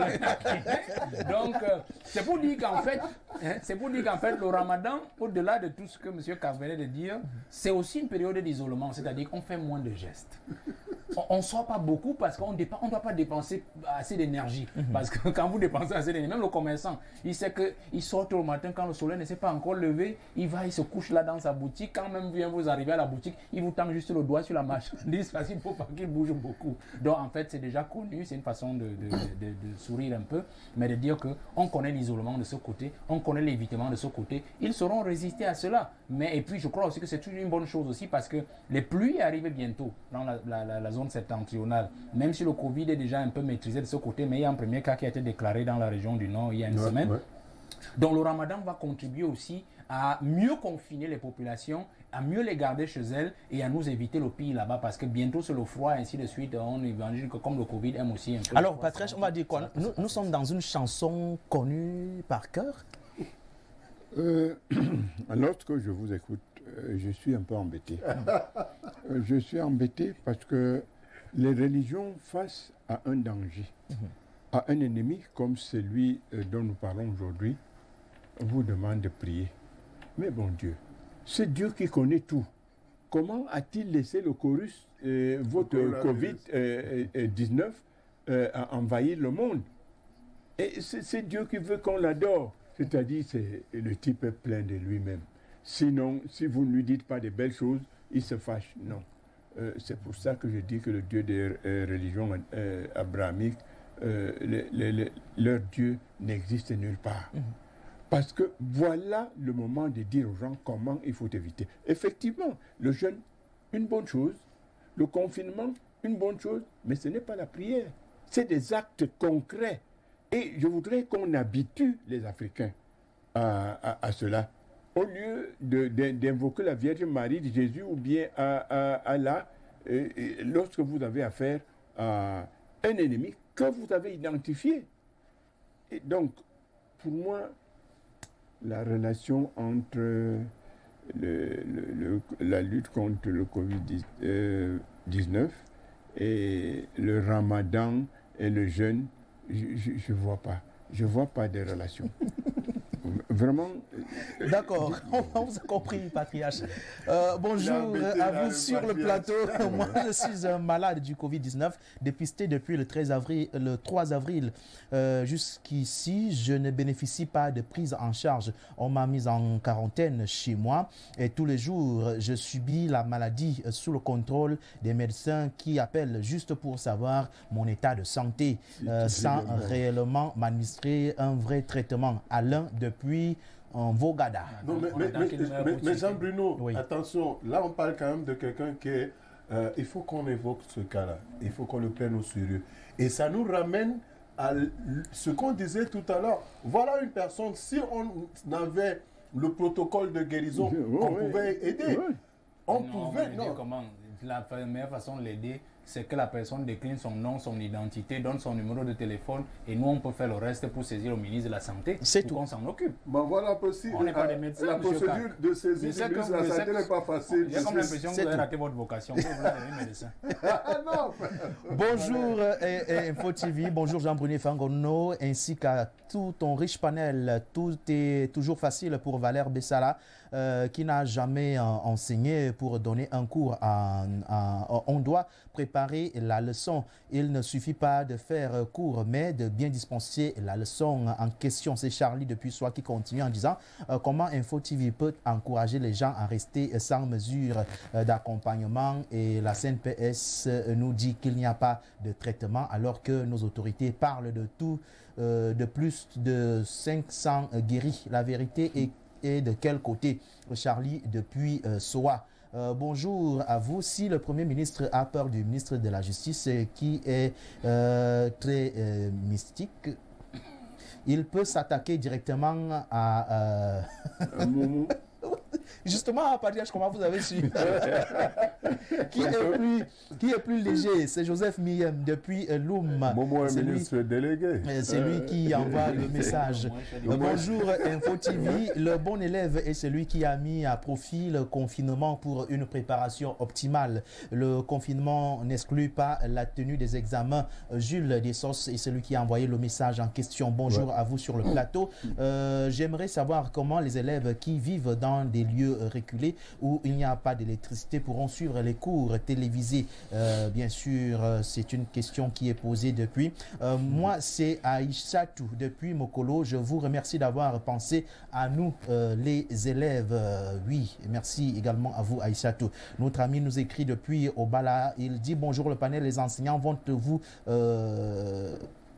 vous sortir un mot d'ordre de grève d'ici mi-mai, surtout ceux du public, parce que votre histoire de plein temps au lycée va couper la composition qu'ils ont dans les établissements. Je ne sais pas ce que je veux dire. Très compliqué. Finalement, très compliqué. Je voudrais plutôt mettre le superlatif. Bon, c'est un élève. Pourquoi le ministre de la Santé octroie des tests seulement au centre Pasteur? Voilà pourquoi les résultats traînent, dit notre téléspectateur qui malheureusement n'a pas signé son message. Bonjour à vous. Je suis Fanny Tinga, s'il vous plaît, vous parlez seulement des élèves du primaire et des lycées, s'il vous plaît, j'aimerais que vous fassiez aussi allusion à ceux du supérieur, surtout ceux qui préparent des examens et attendent les stages académiques à partir du mois de juin. Valère en a fait allusion ce matin, même Willy. Bonjour à vous et bon retour au patriarche Bilois. Monsieur Bessala, votre homonyme Joseph Bessala démolissait ses adversaires par les coups de poing et toi, tu utilises le verbe Roger depuis Yaoundé. Bonjour à vous sur le plateau. Moi, j'aime que les ministères en charge des enseignements nous disent les nouvelles dates des examens seulement. Je suis en classe de première et je prépare mon examen en fonction du temps. Ibrahim Dengaoundiri nous envoie le message. Bonjour. Lorsque le patriarche mourra, ce que l'on ne souhaite pas est ce que l'on va dire une messe comme il ne croit pas aux religions. Voilà. Est-ce que quand le patriarche mourra, On ne va pas dire monsieur, une messe. Je réponds tout de suite. J'ai dit à mes enfants, le jour de ma mort, je ne veux voir aucun prêtre venir récolter l'argent sur le nom de Biloa ici. Je ne crois pas à ça. Bien, moi je vais prendre encore quelques 3 minutes avec vous, vous tous sur le plateau. Cette fois, je me retourne vers monsieur Mohamedou Omaro. C'est vrai que le patriarche, lui, il dit que si véritablement Dieu était ce Dieu-là, il aurait agi quand on créait cette histoire de Covid-19 au lieu indiqué pour dire, attendez, vous avez l'intention de décimer ce que moi j'ai créé. Est-ce que... Oui, merci. Déjà, ces propos, je les considère comme du blasphème.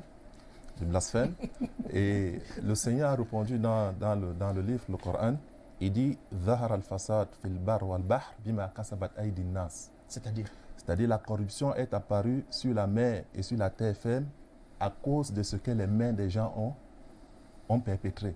C'est-à-dire comme turpitude, comme désobéissance. Afin qu'ils leur fassent goûter une partie, c'est-à-dire de leur désordre, afin qu'ils reviennent vers leur Seigneur. C'est-à-dire une sonnette d'alarme que le Seigneur lance. C'est un rappel à l'ordre. Les hommes sont sortis, n'est-ce pas, du carnaval. Parce que l'être humain est la créature que le Seigneur a anoblie et a choisi au restant de la création, en lui donnant la raison qui lui permet, c'est-à-dire de distinguer entre le bien, le mal, la vérité, le mensonge, et ainsi de suite. Mais nous sommes arrivés à un point où l'humanité est sortie, c'est-à-dire de cette nature. Vous voyez, l'homme est descendu bas même que l'animal. C'est pourquoi le Seigneur, il dit dans le Coran, c'est-à-dire parlant de ces gens-là qui suivent leur passion, au point ils sont descendus très bas, voire même bas que les animaux, comme il dit, n'est-ce pas? Ils sont comme les bestiaux, ils sont encore pires que les bestiaux. Parce que les bestiaux, ils savent ce qui leur est profitable. Et ils vont à la recherche de ça. Et ils savent ce qui leur est nuisible et ils s'en écartent. Mais l'être humain, avec sa raison, vous voyez, on nous impose l'homosexualité. On nous impose, c'est-à-dire des pratiques comme ça. Vous pensez que le Seigneur est des cieux et de la terre, et pourtant que ces gens-là, qui nous proposent ça, ils viennent d'un homme et d'une femme. Tous ces désordres qui se passent là, le Seigneur n'est pas inattentif à tout ça. Alors, il faudrait que, par sa manière, il rappelle les gens à l'ordre. Donc, le Seigneur, il agit souvent comme ça pour rappeler l'humanité à l'ordre, pour qu'ils comprennent que non, le Covid-19 fait... Ça peut, dans la généralité du texte, on peut, c'est-à-dire, interpréter de cette manière. Le Covid-19. Le Covid-19, on peut interpréter comme ça. Donc, c'est la colère de Dieu, la colère d'Allah. On peut dire, c'est-à-dire, si vous voulez le terme colère, mais moi, je préfère dire c'est un rappel à l'ordre. C'est un rappel à l'ordre. Parce que derrière ça, le Seigneur veut, c'est-à-dire pour nous, qu'on revienne repentant. Voilà pourquoi le calife Ali Abd Talib, il disait, c'est-à-dire, la peste ou la pandémie ne descend pas, sauf si c'est à cause, n'est-ce pas, de la désobéissance. Et cette pandémie n'est relevée qu'après, c'est-à-dire un repentir.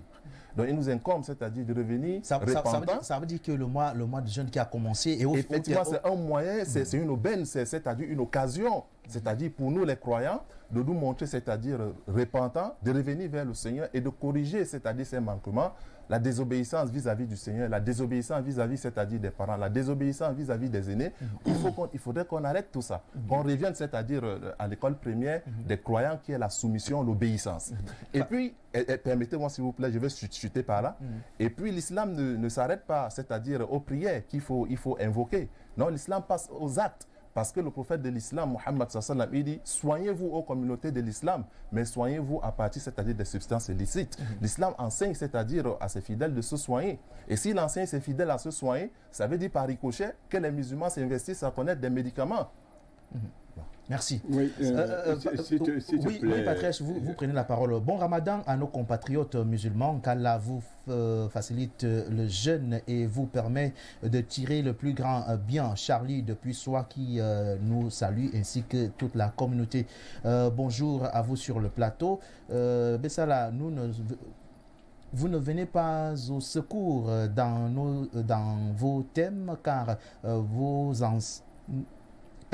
nous enseignants des écoles primaires privées nous sommes délaissés pour compte par nos fondateurs, abandonnés ainsi à la merci de nos bailleurs qui réclament leur dû. S'il vous plaît, parlez-en. Donnez-nous un peu des mécanismes pour entrer en possession de nos dus. Je suis enseignant au petit champion d'un Kwaba. Je garde l'anonymat pour éviter les représailles.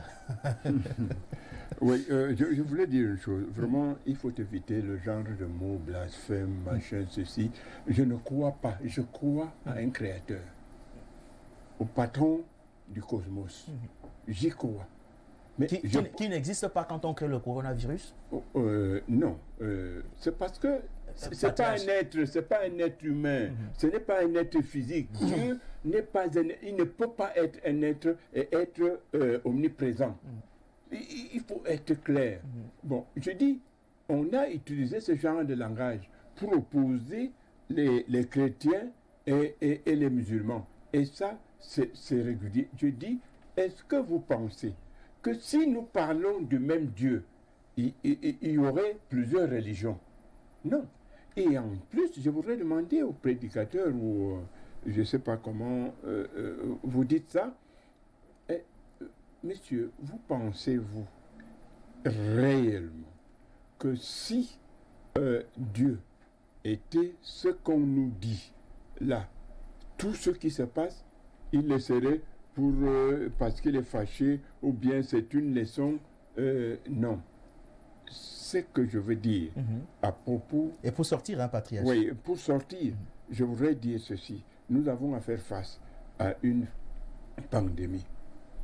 Vraiment, aucune prière ne peut tuer le coronavirus. Et c'est pour cela qu'on vous parle de protocole. C'est pour cela qu'on vous parle de recherche. Et je ne sais pas qui a prié Allah ou Jésus-Christ pour créer le téléphone. Non. Essayons de sortir de cette aliénation et de cette, j'allais dire, zombification de l'être humain. Merci. Nous ne sommes plus que cela. Parce que nous avons Dieu en nous. Chacun de nous. Et lorsque Dieu vous quitte, vous mourrez. C'est ça. Mais Dieu ne serait pas quelque part au paradis où il réserve des vierges. Vous allez répondre à la fois. Je vais un peu déranger le... En une minute. Je vais déranger le patriarche, mais je préfère aller dans le livre de Job. Le chapitre 1, je vais commencer par le verset. Ils ne sont pas divins. Patriarche, vous pouvez me permettre, je vous en prie. Oui, non. Voilà, merci. Il fallait que alors, dans le livre de Job, chapitre 1, je commence à partir du verset 8. L'Éternel dit à Satan, as-tu remarqué mon serviteur Job? Il n'y a personne comme lui sur la terre, c'est un homme intègre et droit, craignant Dieu et se détournant du mal. Et Satan répondit à l'Éternel, est-ce d'une manière désintéressée que Job craint Dieu? Ne l'as-tu pas protégé, lui, sa maison et tout ce qui est à lui? Tu as béni l'œuvre de ses mains et ses troupeaux couvrent le pays. Mais étends ta main, s'il vous plaît, allez-y, laissez-moi. Étends ta main, touche à tout ce qui lui appartient et je suis sûr qu'il te maudit. L'Éternel dit à Satan, voici tout ce qui lui appartient, je te le livre, seulement ne porte pas la main sur lui. Et Satan se retira de devant la face de l'Éternel. C'est pour simplement dire à nos frères et sœurs, s'il vous plaît, vous avez donné quand même 2 minutes au patriarche. J'ai dit, ces versets, je les ai lus pour répondre à ceux qui s'interrogent pourquoi cette pandémie alors que Dieu existe. Dieu, parfois, par cette pandémie, nous avons un message, nous met à l'épreuve. Valère Bertrand-Bessala, je vous en prie en 30 secondes. Un mot de conclusion. Je voudrais seulement rappeler que les thèses divinistes ou divinisantes de la pandémie, des pandémies sont dépassées. Elles sont dépassées parce que même notre ami qui est en plein Ramadan devrait le savoir. C'est-à-dire que tout est achevé au Moyen-Âge où on pensait que lorsqu'il y avait des pestes, c'est parce que Dieu n'avait pas voulu, ainsi de suite.